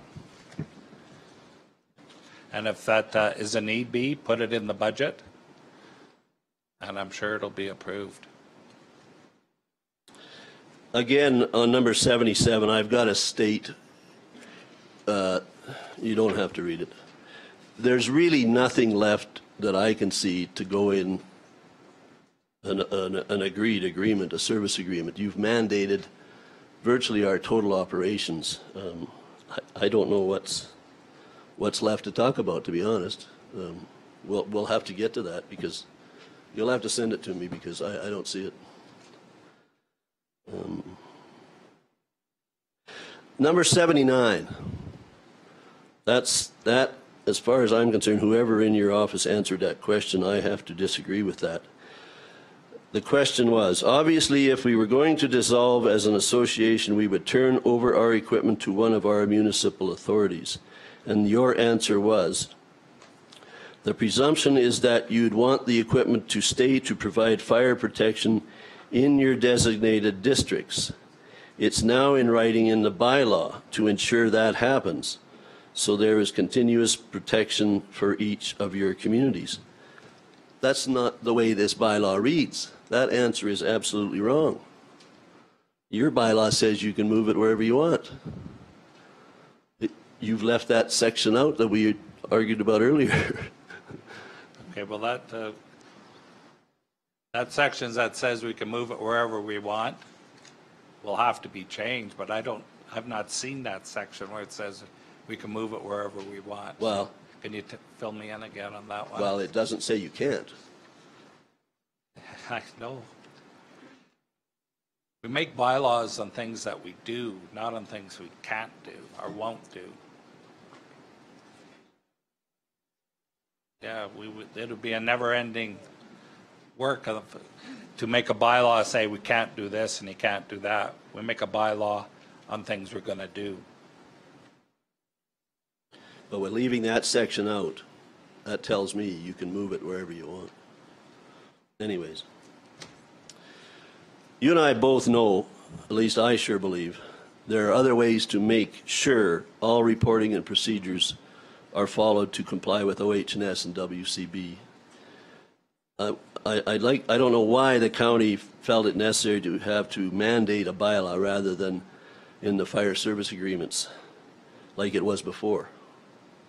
We will not, we, meaning the standard RFA, will not be meeting ever again with only county staff to discuss these issues, as we have already wasted 18 nights of our life in the past 2 or 3 years to iron this out, just to have it tossed in the corner. You say it isn't, but I say it is.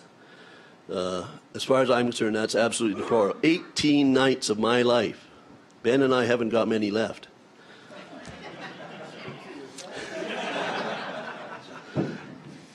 And another, I've got a few other points. You're not going to like them. I can't believe your lawyer would say she didn't try to fix what wasn't broken. And that's a quote, because as far as I'm concerned, it's broken right now. This is the same lawyer that, your expert lawyer, that couldn't answer any questions last time, and that baffled me, to be honest. It's true that, and here's another question. Is it true the county has approached the Hutterite colonies to assist with fire protection? Not that I'm aware of, not as a council motion. Well, we'll have I know there are Hutterite colonies send volunteers to different departments. No, that's not what I'm referring to. That's not what they tell us. So our question was, which you're answering it, was this part of your new master plan? And if that has been the case, what standards will you hold them to? Because according to them, you have talked to them. So yeah, if that was the case, it would be the same. But it's not been discussed at this table that I'm over while I've been sitting here. I would like an answer back on that, please, if you don't mind. I'll answer you right now. This council has not talked about hiring a Hutterite colonies for fire protection. Okay, thank you. Glenn? Amber? Can administration just confirm whether they have? Like, I know we haven't as a council discussed that, but can administration confirm whether or not they have? Is administration talking like that? Through the chair, we have not engaged with Hutterite colonies to provide fire protection service. Where there may be some misunderstanding is through the Regional Emergency Management Plan. Speak up a bit, please. Through the Regional Emergency Management Plan, our consultants have consulted with Hutterite colonies and with businesses and with fire halls and with municipalities to get a clear picture of risk and liability for us in an emergency management situation. So certainly those consultants have talked to the Hutterite colonies, or the ones that they've set appointments with, but it has nothing to do with providing fire protection services. Not happened. Thank you. You talked about in your booklets, your county booklets, communication is one of your priorities. You fail in that department, I'm sorry to say. Last time we got 5 days notice to look at your bylaw before the meeting. This time I never got any notice, and I thought I had understood at your last meeting. I looked at your tape twice and listened to you say 14 days it would be sent out. Anyways, to me that speaks to the level of cooperation going forward. I'm expecting the same going forward, so it's disappointing. You mentioned full engagement in the future was a quote from you again, but I'm going to be frank again. You've totally destroyed any channels of communication or respect that our firefighters are just sick, and the morale is in the basement, and they have no respect for council anymore. It's just deplorable. It is. Anyways, if you think you can mandate respect and cooperation and obedience in a bylaw, you're in for a rude awakening, you guys. Okay. Because that's what it looks like. That's an unintended happening, for sure. If you read So this, what can we do to gain the respect back?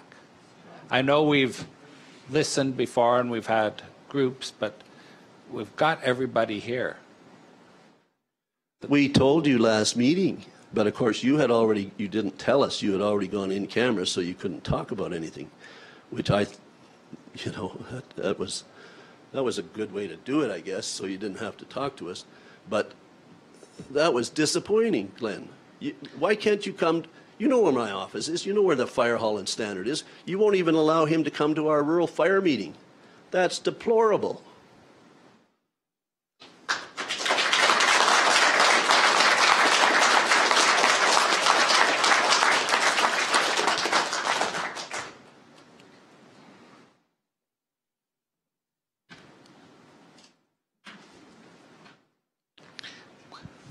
I'm at a loss for words. Jason, can you explain that? Yeah, actually, so am I. I mean, I met with Standard and prior to first reading, and I didn't think that meeting with you after first reading, I'd love to, but that would put me against ethics, I believe.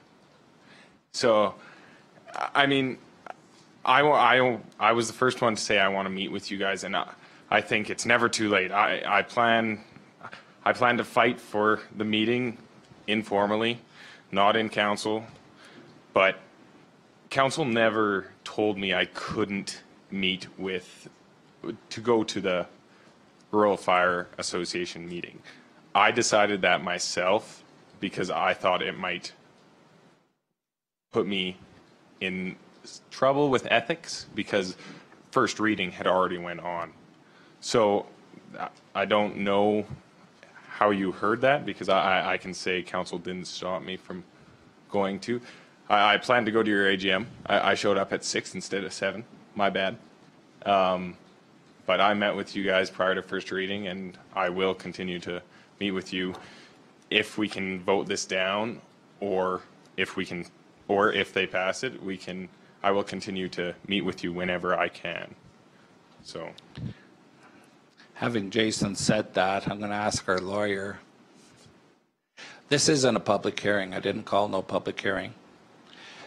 Can you explain the difference between a public hearing and councillors engaging in private conversations after first reading, and then say for today where everyone's here to give their opinion? Right now, with respect to the fire services bylaw, council is operating purely in its legislative function, its legislative role. This is different than when you're operating in your planning capacity, where you're doing, let's say, a rezoning, a redistricting, and then you're still in a legislative role, but there's a quasi-judicial function, and there's a statutorily mandated public hearing. When there's a statutorily mandated public hearing, your obligations for procedural fairness are much higher than when you're operating in a purely legislative role. So in this case, dealing with fire services bylaw, where there is no statutorily mandated public hearing, and in fact, this isn't really a public hearing, this is just people can come and say their piece, say their opinion on this bylaw. In my view, there's nothing that would preclude councillors in this context to meet and discuss with whoever you like at any particular stage of the process. It's not like when you're in a public hearing process and you would be putting yourself into a bias position. Your standard of open-mindedness in this particular scenario with the fire bylaw is you have to be capable of persuasion. Your mind can't be wholly closed and made up. And so that is a much different standard than if you're in a public hearing context, and you have to be a lot cleaner. You can't have had these private conversations with affected parties, that kind of thing. Okay. So ask him to come to another meeting and he'll probably come. But go ahead. Can I just make a point of clarification, because I appreciate that section 4.5 has created a lot of angst. So section 4.5 states that subject to the approval of council, regional fire chief may establish policies and procedures as necessary for the proper organization and administration of the fire services department. The fire services department is the county's fire services department. That is, section 3.1 talks about the Wheatland County Fire Services Department and how, under this bylaw, you're establishing this new department within the county.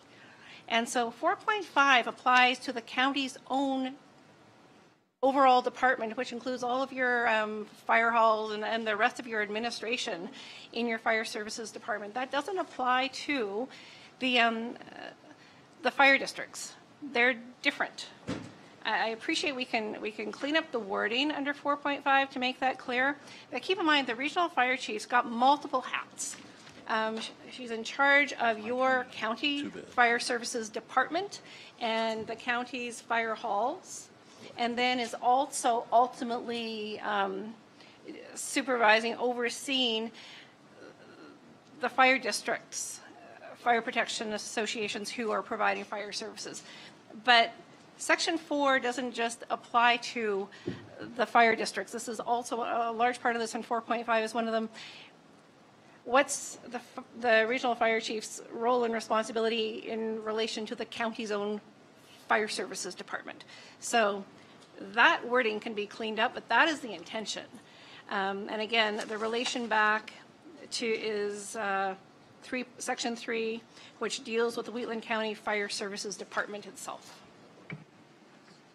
Actually, So before just not to interrupt you, Brett, but I was under the same assumption as Jason was, because I've been asked on 2 different occasions to meet with the Dallam Fire Department, and I've refused to meet with them other than at their annual meeting, and I am going to a board meeting in Hazar next week, but it's a board meeting. It isn't called specifically to discuss this issue.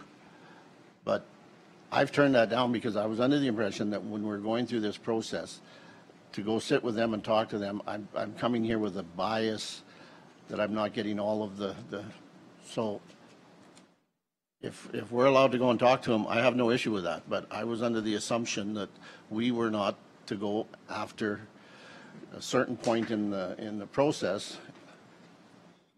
You're not under the MGA to deal with that, and if that's not an issue, then fine. I'll go sit down with them, but we were not under that assumption. I think we were all under the same assumption. Brett Gates, Standard RFA and taxpayer again. 4.5, one of you or the person that sent the answers out is giving the wrong answer, because I asked the question to define fire services department, I don't know which number it is, and the answer was all the departments. So you can look in your answers. So you're giving us mixed messages here. That's why I asked for a definition of fire services department.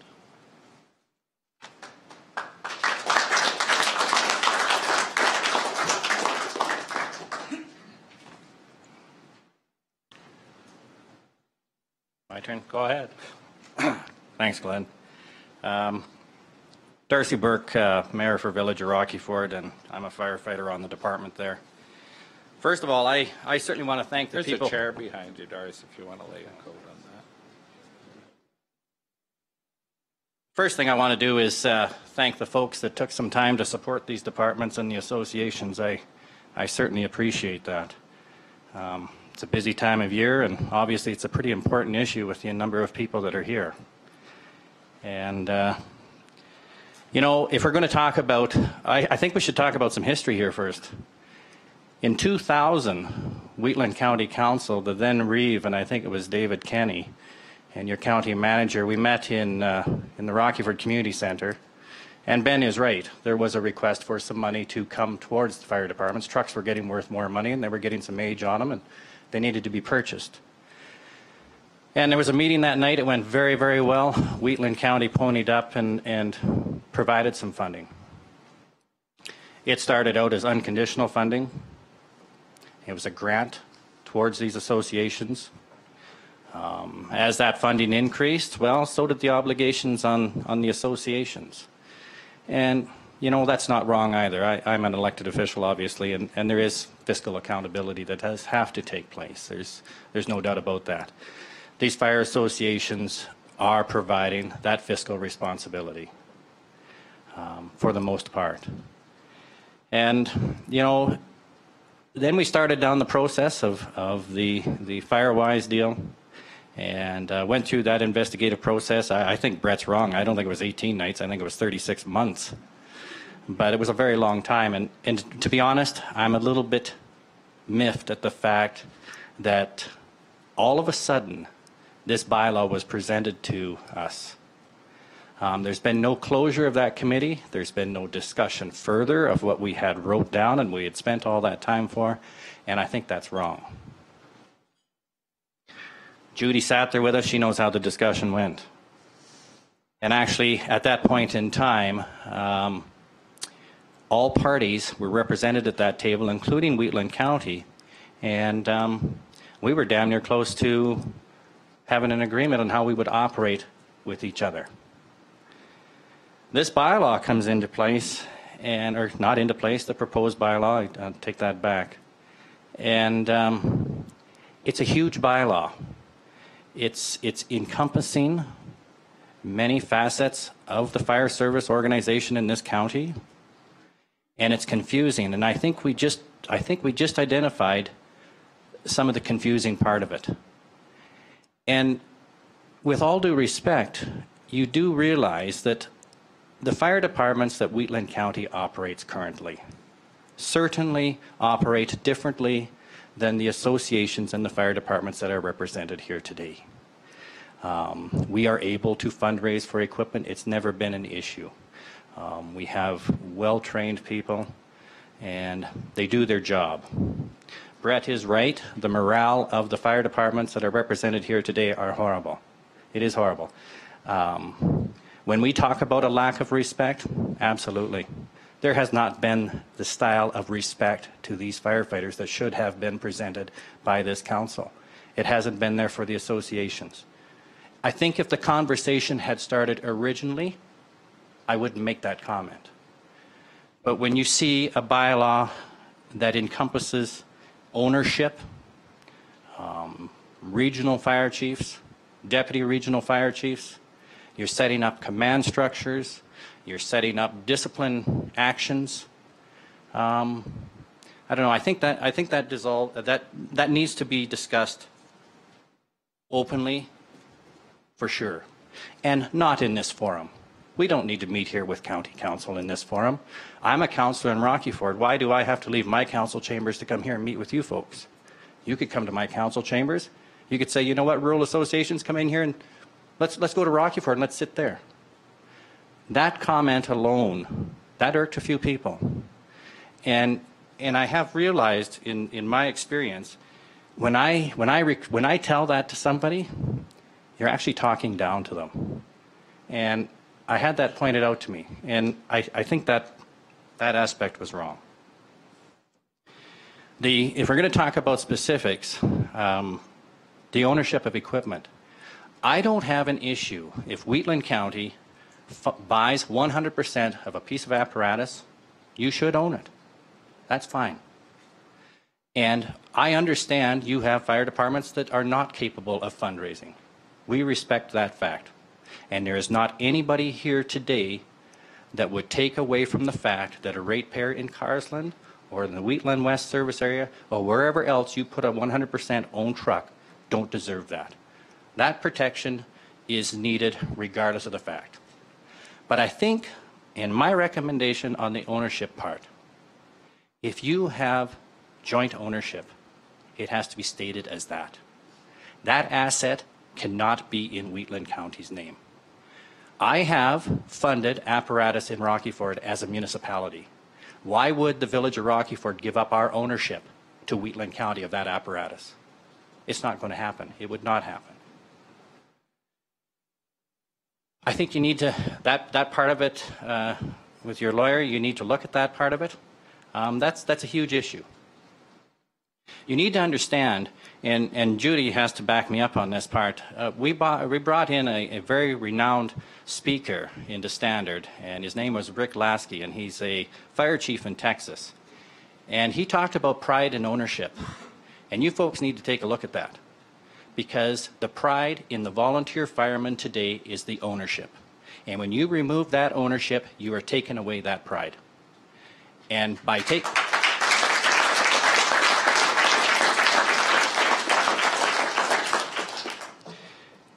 you need to review that.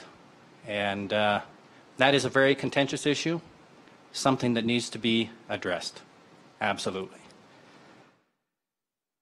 The other part, the regional fire chief and the appointment of a deputy regional fire chief. In my fire department, I am not going to speak for anyone else here in this room. They can do it on their own.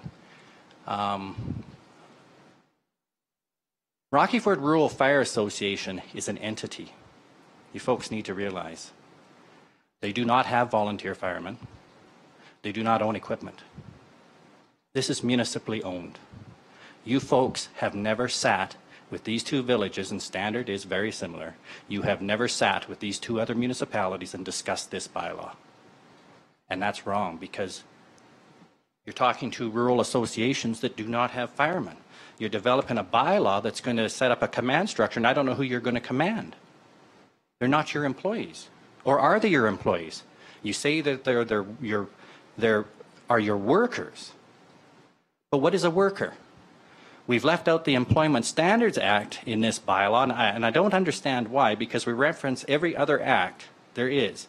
But we left out the Employment Standards Act, where it does say if you are on call, you are considered a worker, and a worker that is on call is a paid employee. And if we receive a stipend from Wheatland County, then we are your employee. I don't know how we're going to go down that road yet, but that is there. It's in the Employment Standards Act. I realize it's not in this bylaw. I don't understand why it's not in this bylaw. Everything else is. There's a very gray area there and deserves future discussion. Two things. You know, when we talk about the workers aspect of it, and I stand here as a mayor of a municipality, how many other partnerships do we have amongst ourselves? Many. Very successful partnerships, long-standing partnerships. We all share employees. They all are workers at some point or time in each other's municipality. Really no different than the volunteer fireman is. And I struggle to see what the difference is here. You know, the pride and ownership thing, and for you, Glenn, you sat beside me when we negotiated with Alberta Health Services to save Woodemsa from being assimilated by the province.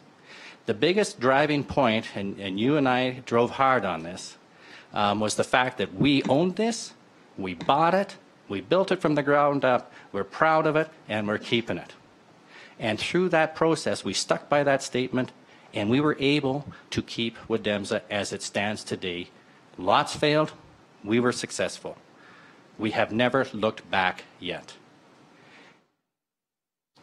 I don't want you to forget that process we went through there. I think it's very similar. OH&S stuff that's in this document and the Workers' Compensation Act, we cannot debate that. As a matter of fact, I can tell you as a fireman, they're not debating that part. But when we talk about liability, Wheatland County Council, you need to understand that you are very liable right now. As Brett said, you do have firemen actively attending scenes with expired bunker gear. You do have expired boots. Carsland Fire Hall missed 29% of their calls. You're buying used SCBA from Standard at a garage sale price. You guys sit on $70 million in reserves here. Why are your employees not to the standards that these departments are? It's not right.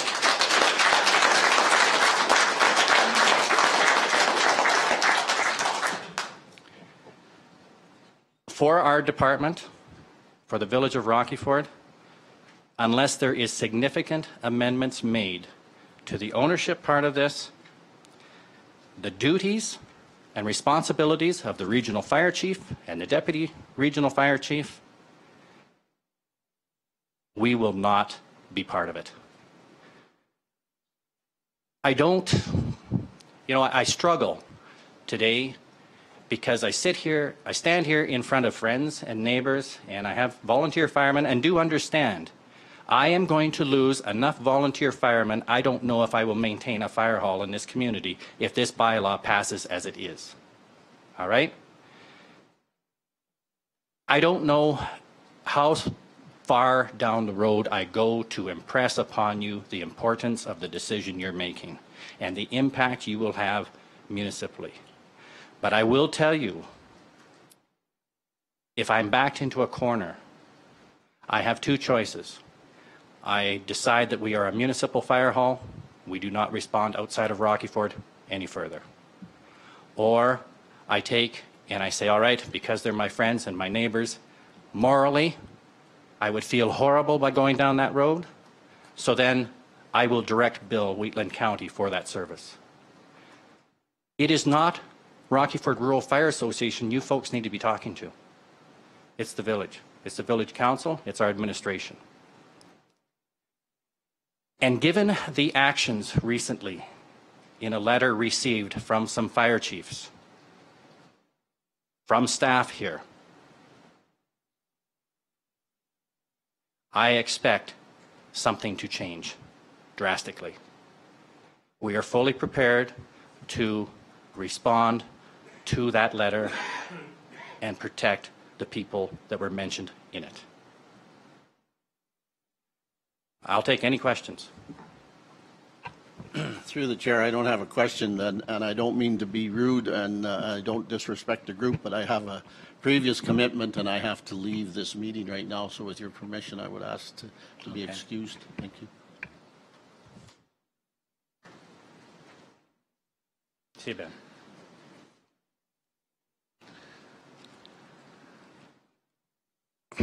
When we started this, I thought by having all the fire departments come in and talk about it, that we could come to some sort of an agreement. I'm hearing you want us to individually go out and meet with every respective party and come up. I've heard from the process. I'll back up quite a ways. When we started Firewise, we already had a bylaw that we currently still operate under. That's correct. So we are amending, are in the process of trying to amend that bylaw. If it gets amended or not, I guess that remains to be seen. So what I'm hearing is everything would be better if we go out and visit in Rocky Ford or Standard. No, I don't think you're hearing me right. What I'm saying, Glenn, is that the conversation should have happened a while ago. And we operated under a current bylaw without any issue at all. There is a problem with the proposed parts of this bylaw. For Rocky Ford, I cited the 2 spots. Right. Okay? I honestly think that this council, it is my recommendation, you need to have a frank discussion with a group. And I'm going to say that it probably should not be a public discussion with some interested parties. Actually, I'm requesting that you do that fairly soon. This bylaw is not going to work. You're sitting here staring down 4 or 5 very successful departments in this county. Why are they the ones here that are upset about this? Why are they the ones here with the questions? You have a fire department. You're operating a fire department currently that is not at our level. You do not have them properly equipped. I don't know. Your lawyer is sitting here. There must be a huge ONH&S issue here right now. I would hate to even want to know how many calls those firemen have attended in expired bunker gear. It would be, we probably don't want to know. And if they are still doing it today, they should be closed. And this whole thing is built on liability. And I don't understand, we have such a double standard happening here. And I'm sorry to bring this information forward to you right now, but you understand what I'm saying when there's a double standard. I'm sure tomorrow somebody's going to be out checking bunker gear. I hope they are. I would go without saying, I'm sure. It just has to happen. I see Jason. I know you've got new stuff on order. Yeah. I do know that. I read your minutes. Yeah. But you've had people in your employment. You've endangered their life. Can I ask tomorrow, Judy to reply to Darcy, please? To the best of my knowledge, that hasn't happened. We have done individual inspections, which is how we discovered the bunker gear was in such deplorable shape. And there is bunker gear on order.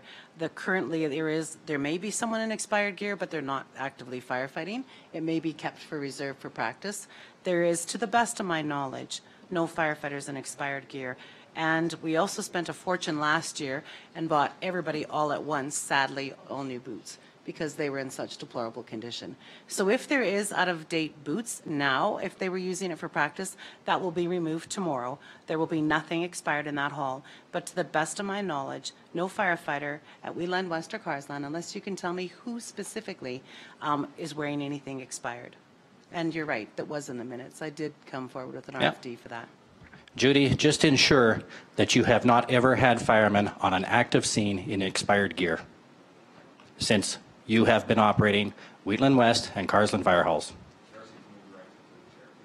Sorry, you're right. I take that back. Point noted. Okay. So from your point of view, moving forward, the ownership issue is a huge concern. Yep. And the chain of command. Yeah, I'm telling you straight up, I will not allow the employees, our firefighters of the village of Rocky Ford, to operate under that current section and the way it is wrote. And the discipline part of that section needs to be gone because I've seen an absolute abuse of that already. And that's You're where talking 4.5 again? There is a section in there that talks about disciplinary actions. It would be, I don't know, I'm not, you guys can go through that. You got more time than I do. And it's got to, I will not put my firemen at risk ever again under that disciplinary clause. Sorry, Glenn, can I make another comment?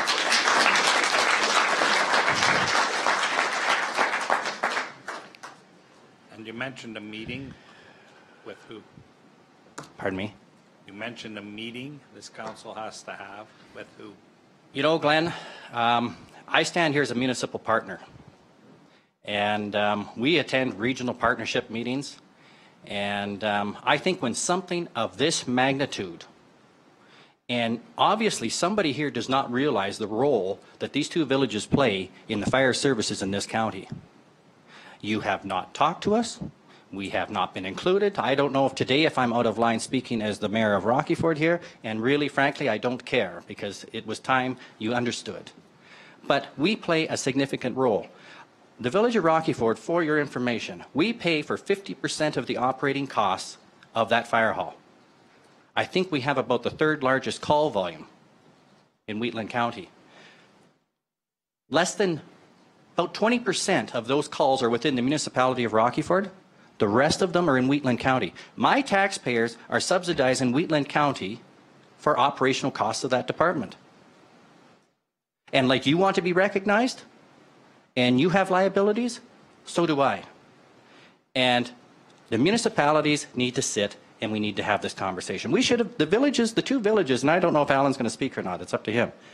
But the two villages should have been included on this deal from the get-go. You're signing an agreement with an association that is an entity that you write a check to.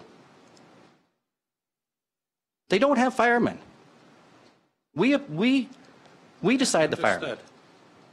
And I understand, I know exactly what Rocky Ford does and what they're capable of doing. But that part is not lost on me. And as one, I'm very proud of it. Yeah. I talk about it highly in this room. I guess going back, when this started, as I mentioned earlier, this council did not do a bylaw. It was asked by staff that we should update the bylaw. We've had these recent enactments by the ledge. So we said, sure, draw up the bylaw. Any discussion on this bylaw by these councillors has been in the presence. It was last meeting and this meeting. Yeah, 2 times. 2 times. Nobody said this was the last time. So I'd like to get down to work. Okay. If it's, we deal on this ownership issue, what would you like to see? Realizing that we have some fire departments need a little bit more help than others. Excuse me, before we jump in, can I just ask one more question of Judy? Sorry, Judy. Sure. Can we have the reasoning behind the Carsland not responding to 29% of the calls? Off the top of my head, I'm sorry, through the chair. Okay. Off the top of my head, I'd have to look at the research and make sure that's the exact numbers. I don't believe that's necessarily true. As we know, and there's nothing to hide here, we struggle for personnel in Carsland. We currently only have 12 or 15 firefighters there, and they all work outside of the community. Most of them do. So I would like to confirm the actual numbers that are missing, but those areas are being covered by other departments, including our mutual aid partners. I believe Rockyford was recently at a fire in their area as well. And that's why we have mutual aid, for sure. For your information, and do clarify my numbers, 144 calls in Carsland last year. They had the most calls in Wheatland County, and 41 of them were non-attended. No response.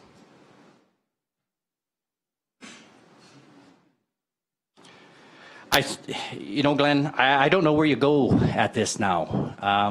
I have kind of drawn a line in the sand here where I stand as a municipality and a municipal fire department. I'm not going to back down from that. I want to see significant changes made to those things that I mentioned. I think I've provided you with enough credible information to, I think you should understand the changes I'm looking for. I understand. I'm helping. I'm asking for help to word it. Okay. Right? You want me to do that right now? Yeah. I think there's other people who'd like to talk. Okay. Well, but that's why I say write a suggestion in then. How's that okay. sound? You know, I have no issues with that.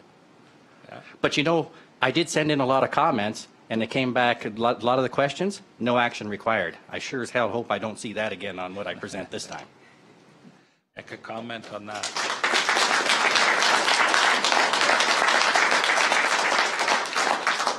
Anyway, that's all I've got to say about it. You guys have your hands full here. If I was to give you any sort of recommendation, I would say that this bylaw should probably be rescinded today in front of these people, and you start over and include the partners.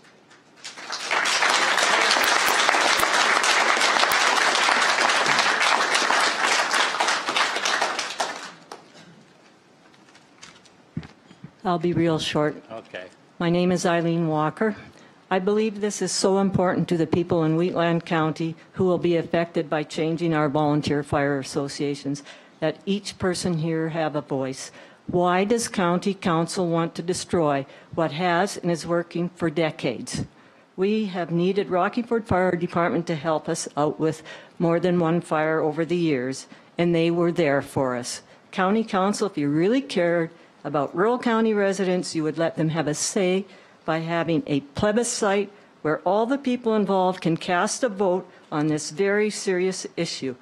I would even volunteer my time at no cost to sit at a polling station. I agree with the Mayor of Rockyford that this should be rescinded and turfed. Thank you.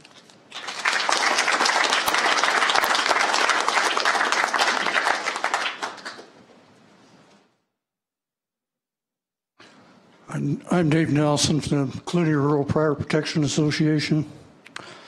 I couldn't hear 2/3 of what was said today, so I can't really ask any questions, but I'll give you an answer. Communication. Get these people out in the country and talk to us. Give them some gas money, whatever it takes. And then you'll avoid all this unpleasantness and all the ill will that you've brought upon yourselves.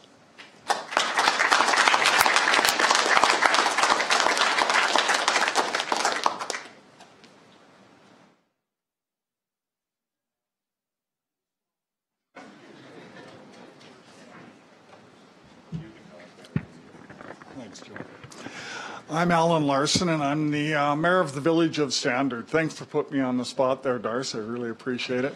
I wasn't prepared to speak today, but after the proceedings that have gone here today,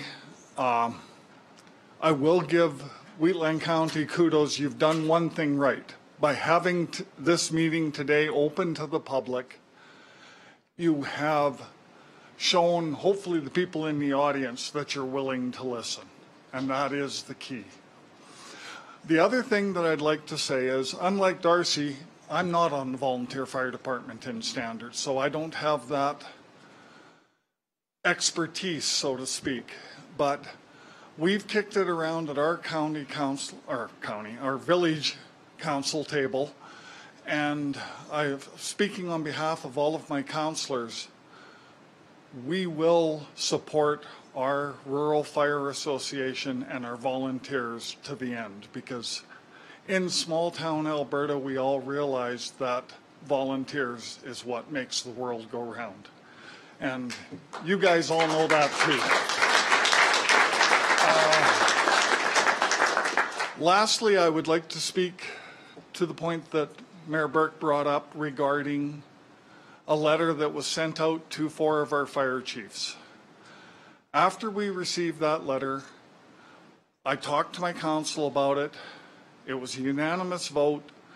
From here on in, any conversations between our fire chief and your fire office here must be attended by our council. We are not going to allow our employees to be treated like our fire chief was. So. Thanks, Alan. Could you definitely send us a letter to that regard? You have a letter has been sent. Okay, good. Thanks for that. Okay, and okay. I think that's it. Just once again, my recommendation for today would be to either not take it to a second reading, rescind it, do whatever you have to do so communication lines can be opened. Thank you.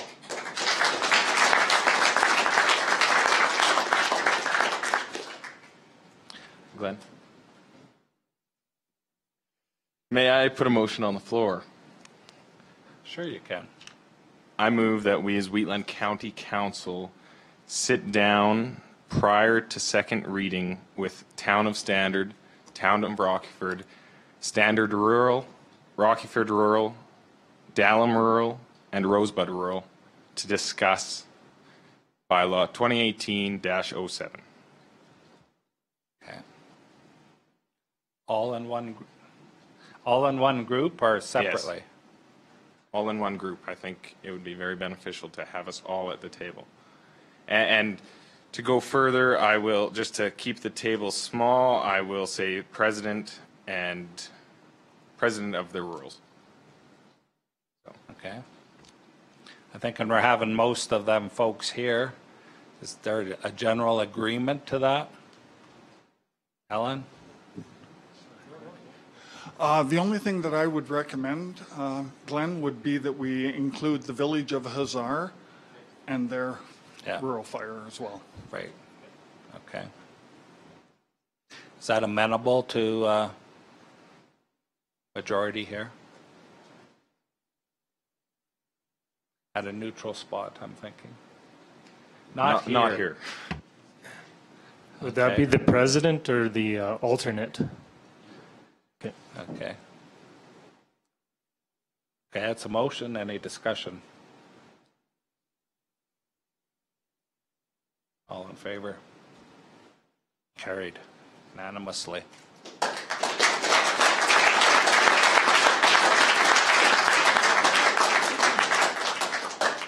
Then I guess we're pretty much done. Thank you guys for coming. Thank you. You don't know how much we appreciate it. Craig, did you want to speak? Yeah. Okay. Save it for our special meeting. Yeah, well, a few things got to be brought up. Craig ahead. Nelson with the Rosebud Fire Association and Rosebud Fire Department and Dallam Fire Department. There was a comment here that none of the trucks will be moved with this new bylaw or the old bylaw, but I've heard that Clooney's bush buggy has already been moved to the Gleason Fire Hall.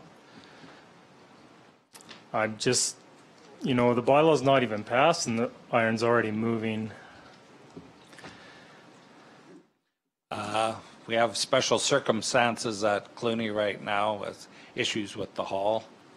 And hopefully, I'm thinking I've had a phone call, and I'm hoping that they come and meet with council and get these issues resolved, because right now the hall is locked and there are more than one issue there. So they have to be resolved. And if they're resolved and the hall is back open again, I'm sure the equipment will be back. But they're under, Gleason is now looking after the area, and they'll take in the firefighters and call together, and they're getting along. But we have to get this issues cleaned up at the hall.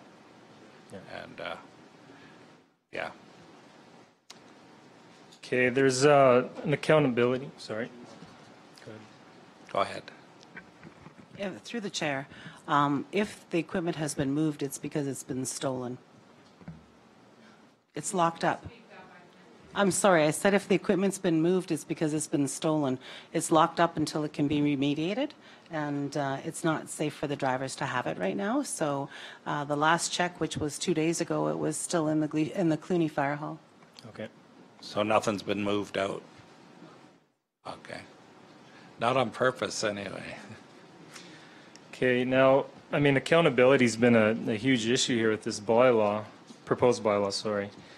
And, you know, we've got fire guardians all over the place, and this year, you know, it's supposed to be renewed every year, but none of the guardians that I'm aware of have actually been asked to be a guardian this year.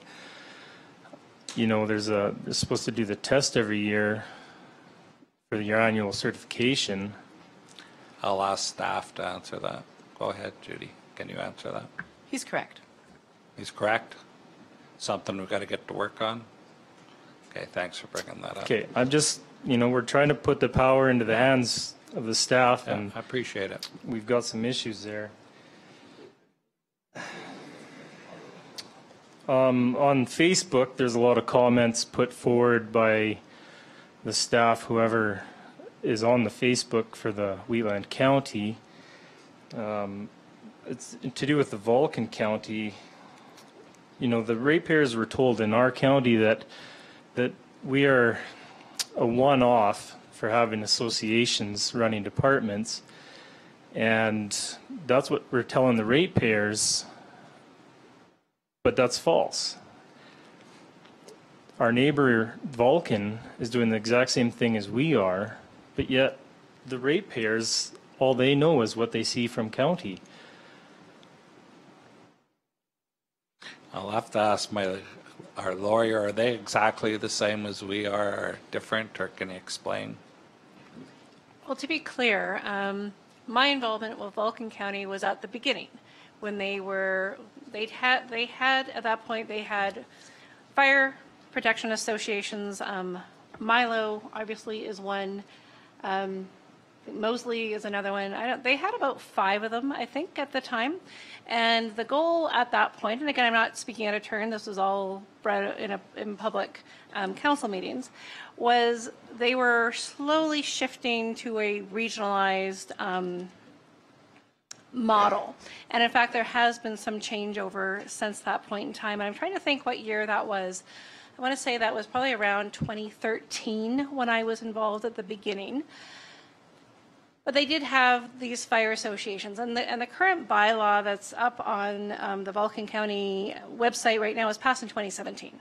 So there's been change and modifications since what was originally drafted and passed back in, I want to say 2012, 2013 back then. So I can't speak to what is the current exact status of Vulcan County today. I don't know.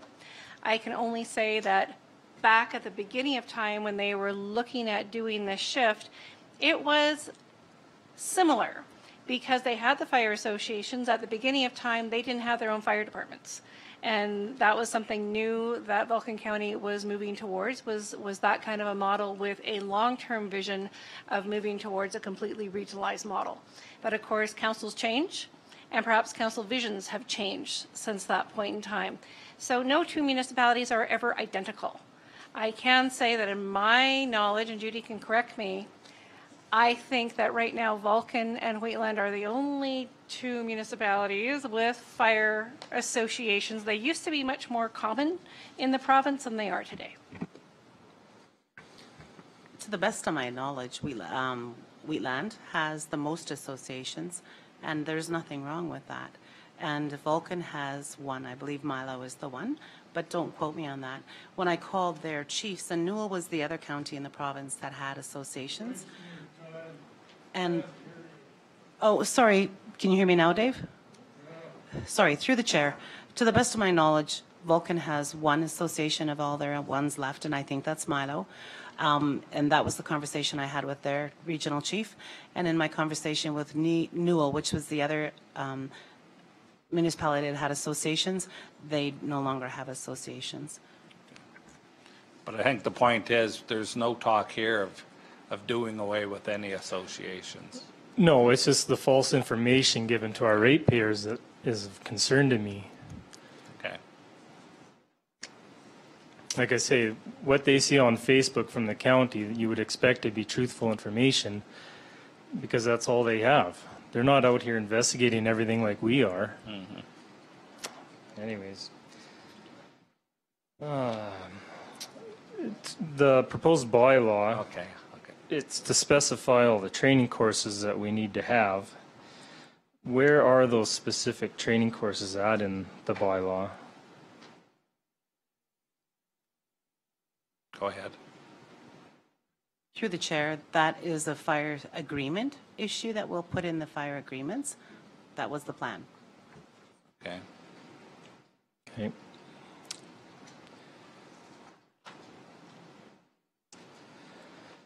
I go back to the capital committee. I know it has been killed in the last 6 or 7 months. Councillor Ben Armstrong talked about it again today, how good it was that we have a group that brings forward purchases that need to be made to the council. It hasn't been killed. It hasn't been official. Okay, well. It needs a bylaw to make it official. According to the MGA, all committees have to be named in a bylaw. That one wasn't. So it'll be named in the bylaw. Everything will carry on like it did for the last years. Nothing will change. Okay. It's just to make it official in the MGA's eyes. That's why we hire lawyers, to make sure. I'm just not sure what happens because, you know, we acted on that since 2004, I believe. And every recommendation from that committee that come before us was passed. Absolutely. And it is not about to change.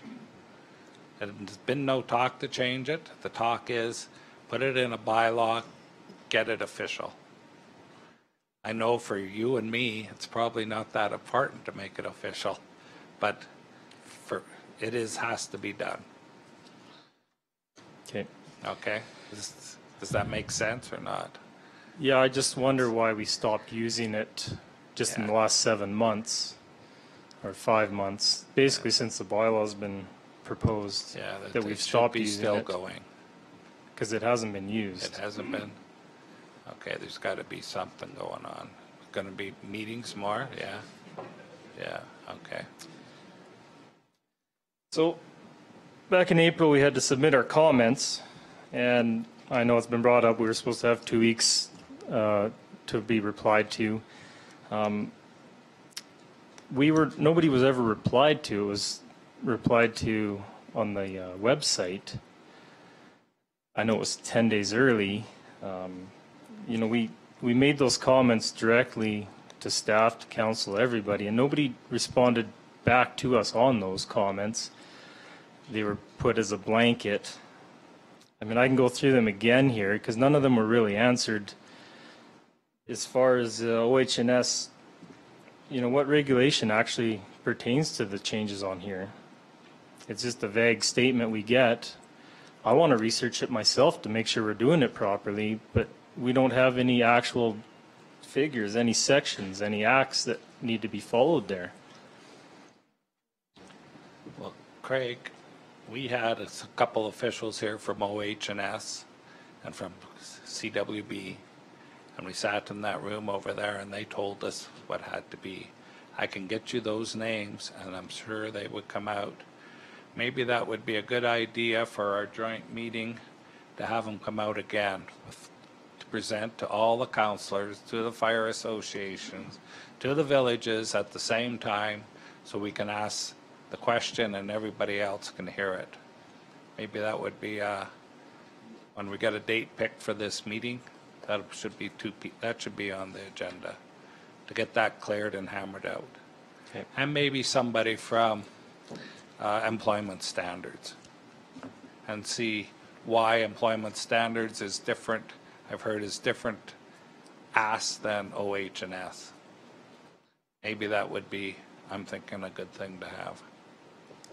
Yeah, I mean, that should have been done before this, I believe. Well, they were here and they so presented to the fire departments. I know they did, and I think maybe even during the Firewise days they were there too. And we've had them, I've heard from them twice. They come, be careful.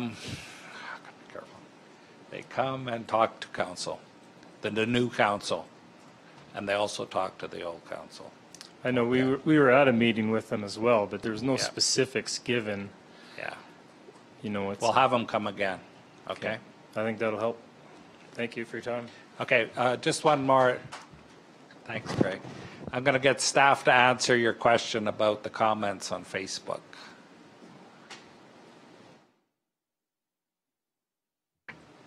Okay, through the chair, there was a statement made at the very beginning of the Facebook saying that we were the only ones, stating that Wheatland County was the only ones with fire associations. Once it was brought to my attention that that was not correct, it was corrected on Facebook immediately and said that, yeah, that was a possibility that there were other ones, but we were as far as we knew, we were the unique one in the way that we were drafting this. Okay. I guess we're human too. Sorry for that. Brett? Sorry, I'll be real quick. Glenn, I think Darcy and some of the other ones said earlier, OH&S and workers' comp aren't the issues with this bylaw. So I was in that meeting with those people already once, so that's just my comment. Okay. Okay.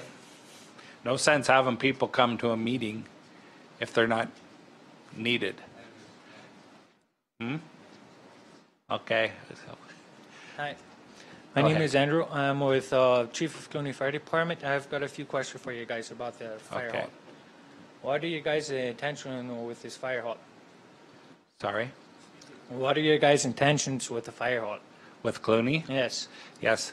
I believe I talked to you on the phone a week ago, and I asked you if you could come to council and we can discuss it. We could have a meeting with the Clooney Fire Department Association. There is some issues there. I think you're well aware of the issues at the hall. And if it needs sprucing up or whatever it takes to get it open again, we're open for that. We're not, there's been no talk to tear it down or sell equipment off. Well, for my experience with OH&S, the way you guys say it's the way OH&S works, the hall is shut down due to black mold through OH&S. OH&S, from my understanding, hasn't been out there yet checking the mold. And plus, not even checking us to see if we are condemned or infected by that mold. So if that mold is as bad as it is for being shut down the hall, why hasn't that been done yet? Why hasn't OH&S been out there collecting information to see how bad that mold is? And plus, if it was black mold, why weren't we checked out to see if we're not affected by it? That's a very good question.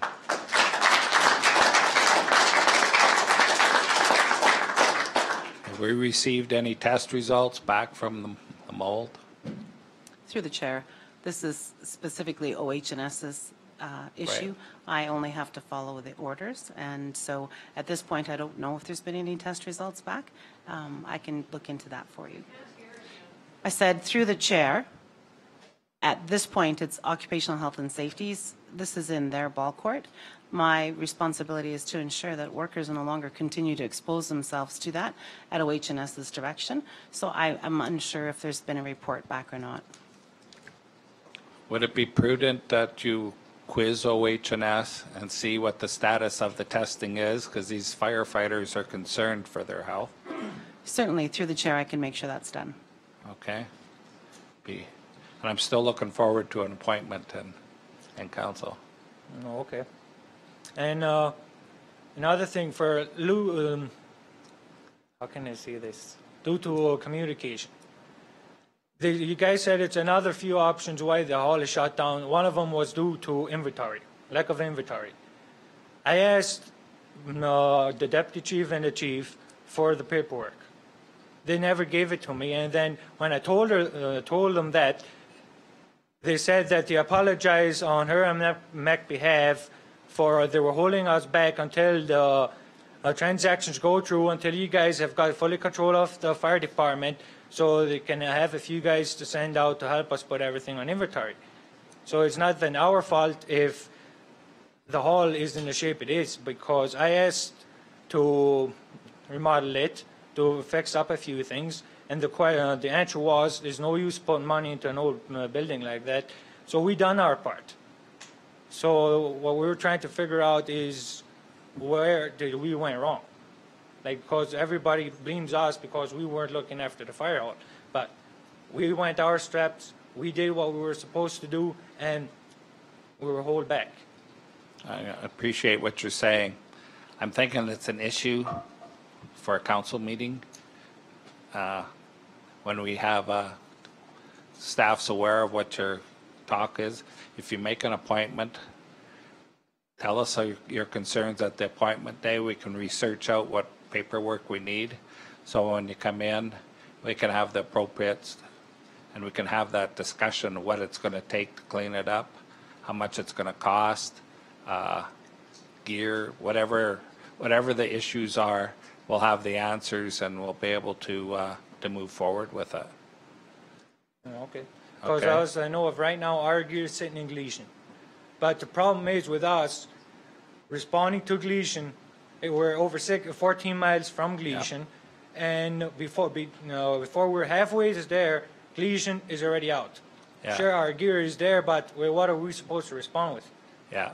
Oh, bicycle? Yeah, I hear you. Hopefully that bush buggy's still there. Hopefully. Okay, yeah, we'll try and get them addressed, and when we get all the information together we can sit down and come up with a plan. Okay, thank you. Thank you. Going back to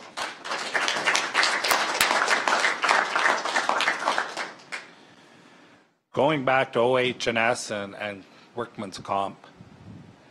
Does the association see any need to listen to those folks again? Are we all on board that the reporting has to be done and the reporting has to be shared? We're on board? Okay. Honestly, Glenn, the issues we're talking about are not OH&S. Okay, well, it was an issue for some, I'll put it that way. But if the associations and the villages if we're on board, if that's more of a point we can agree on, then yeah, let's talk about something that needs talking about. Amber? I have a bunch of questions that I had prepared for today, and I'll try and just ask a couple of them. First of all, I'm going to personally apologize for the process up to this point. It's disappointing to me the way that we handled this, and I'm really thankful that hopefully we can correct it going forward. I think part of the challenge is that some of administration and council has been dealing with, and our associations and our municipal partners have been dealing with this for a long time. But what I want to stress is that 5 of our councillors have not had a chance to sit down with you and try and work this out, and I'm really thankful that we're going to have that opportunity to do that.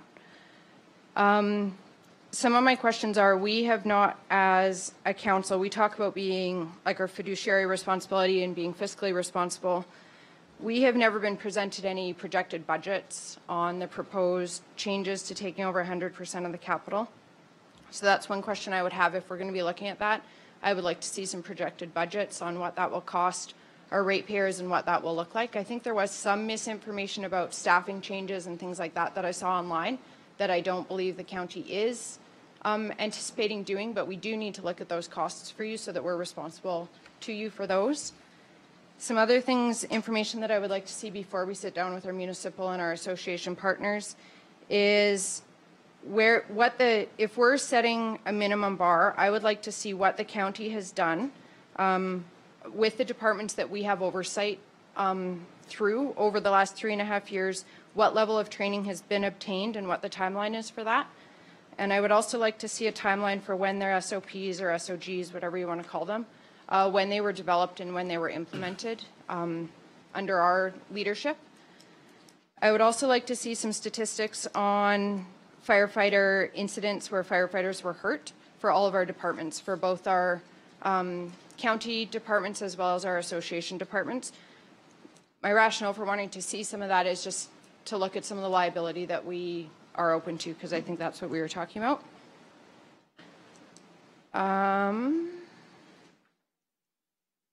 I'd also like to see, and this is a ratepayer question, I have a couple of ratepayers that are curious what the regional fire chief job description will be, as well as what the required training and qualifications will be.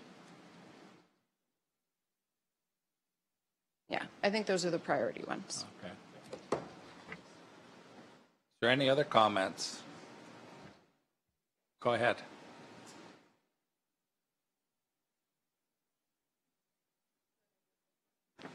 Okay.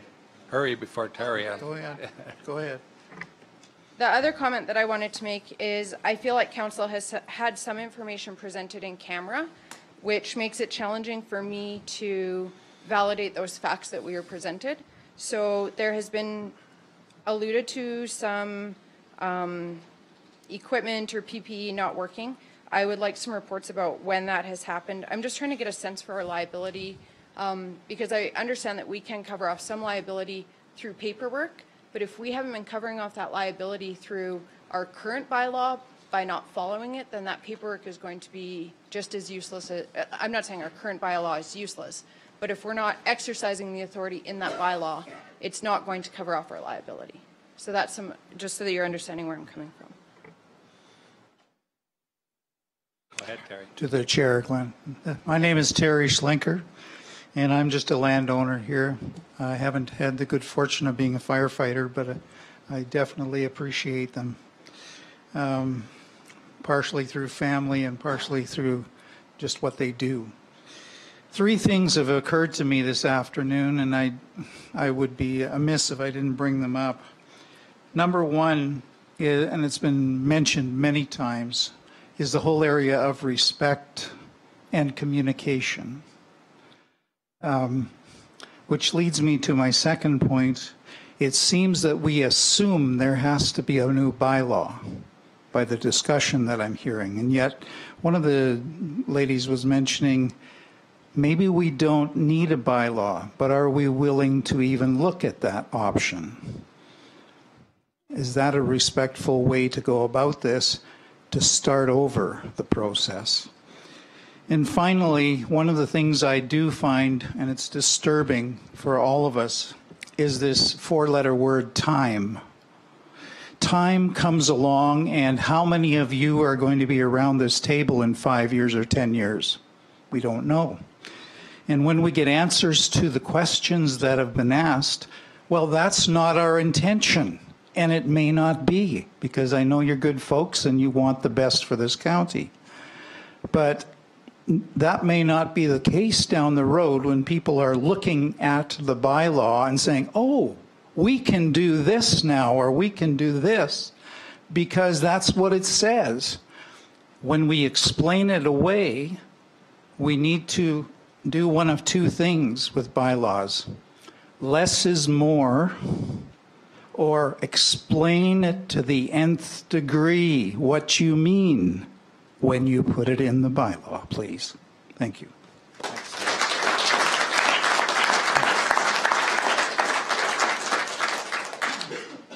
Any other comments? I have a comment. Just kind of closing comment, and It's good that it follows Terry's. Yeah. I have no doubt in my mind that my Wheatland County staff, Wheatland Council, like, they respect firefighters. I'm younger than a lot of people in here, and my mom and dad always said that we love you, though sometimes we don't show it. We love you. And to me, that's the best thing that I could say right now. Sometimes we don't show it, but we respect you, and we know that we can't move forward on anything. We can't develop the West End without good fire associations and fire departments that can cover our asses. And I just want to reiterate that and make sure you guys understand that Alan, Lisa, Angie, Judy, and Joanne and our council all respect you to the 10th degree.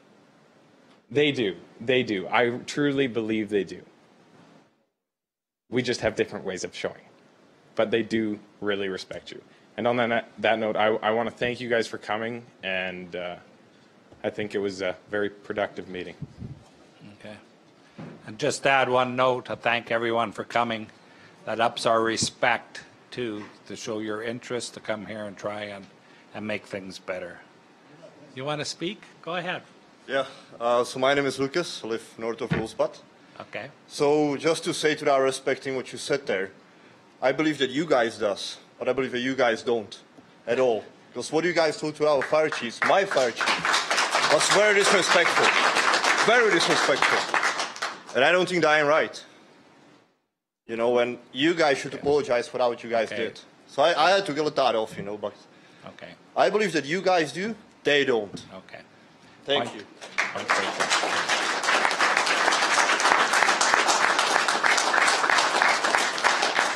Anyone else?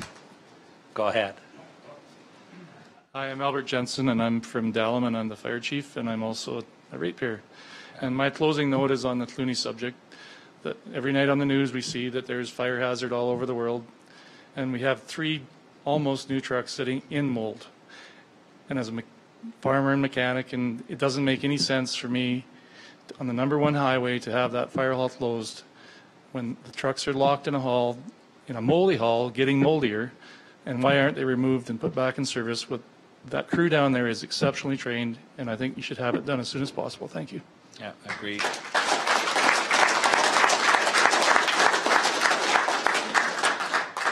Agreed. Any other comments? Council? I heard they were going to get it fixed by about 5:30, 6:45. I thank you for your patience, and we've done this without a break, so it's a long time for anybody to sit. We thank you very much. Thank you. A motion to adjourn. All in favor? Carried. Thank you.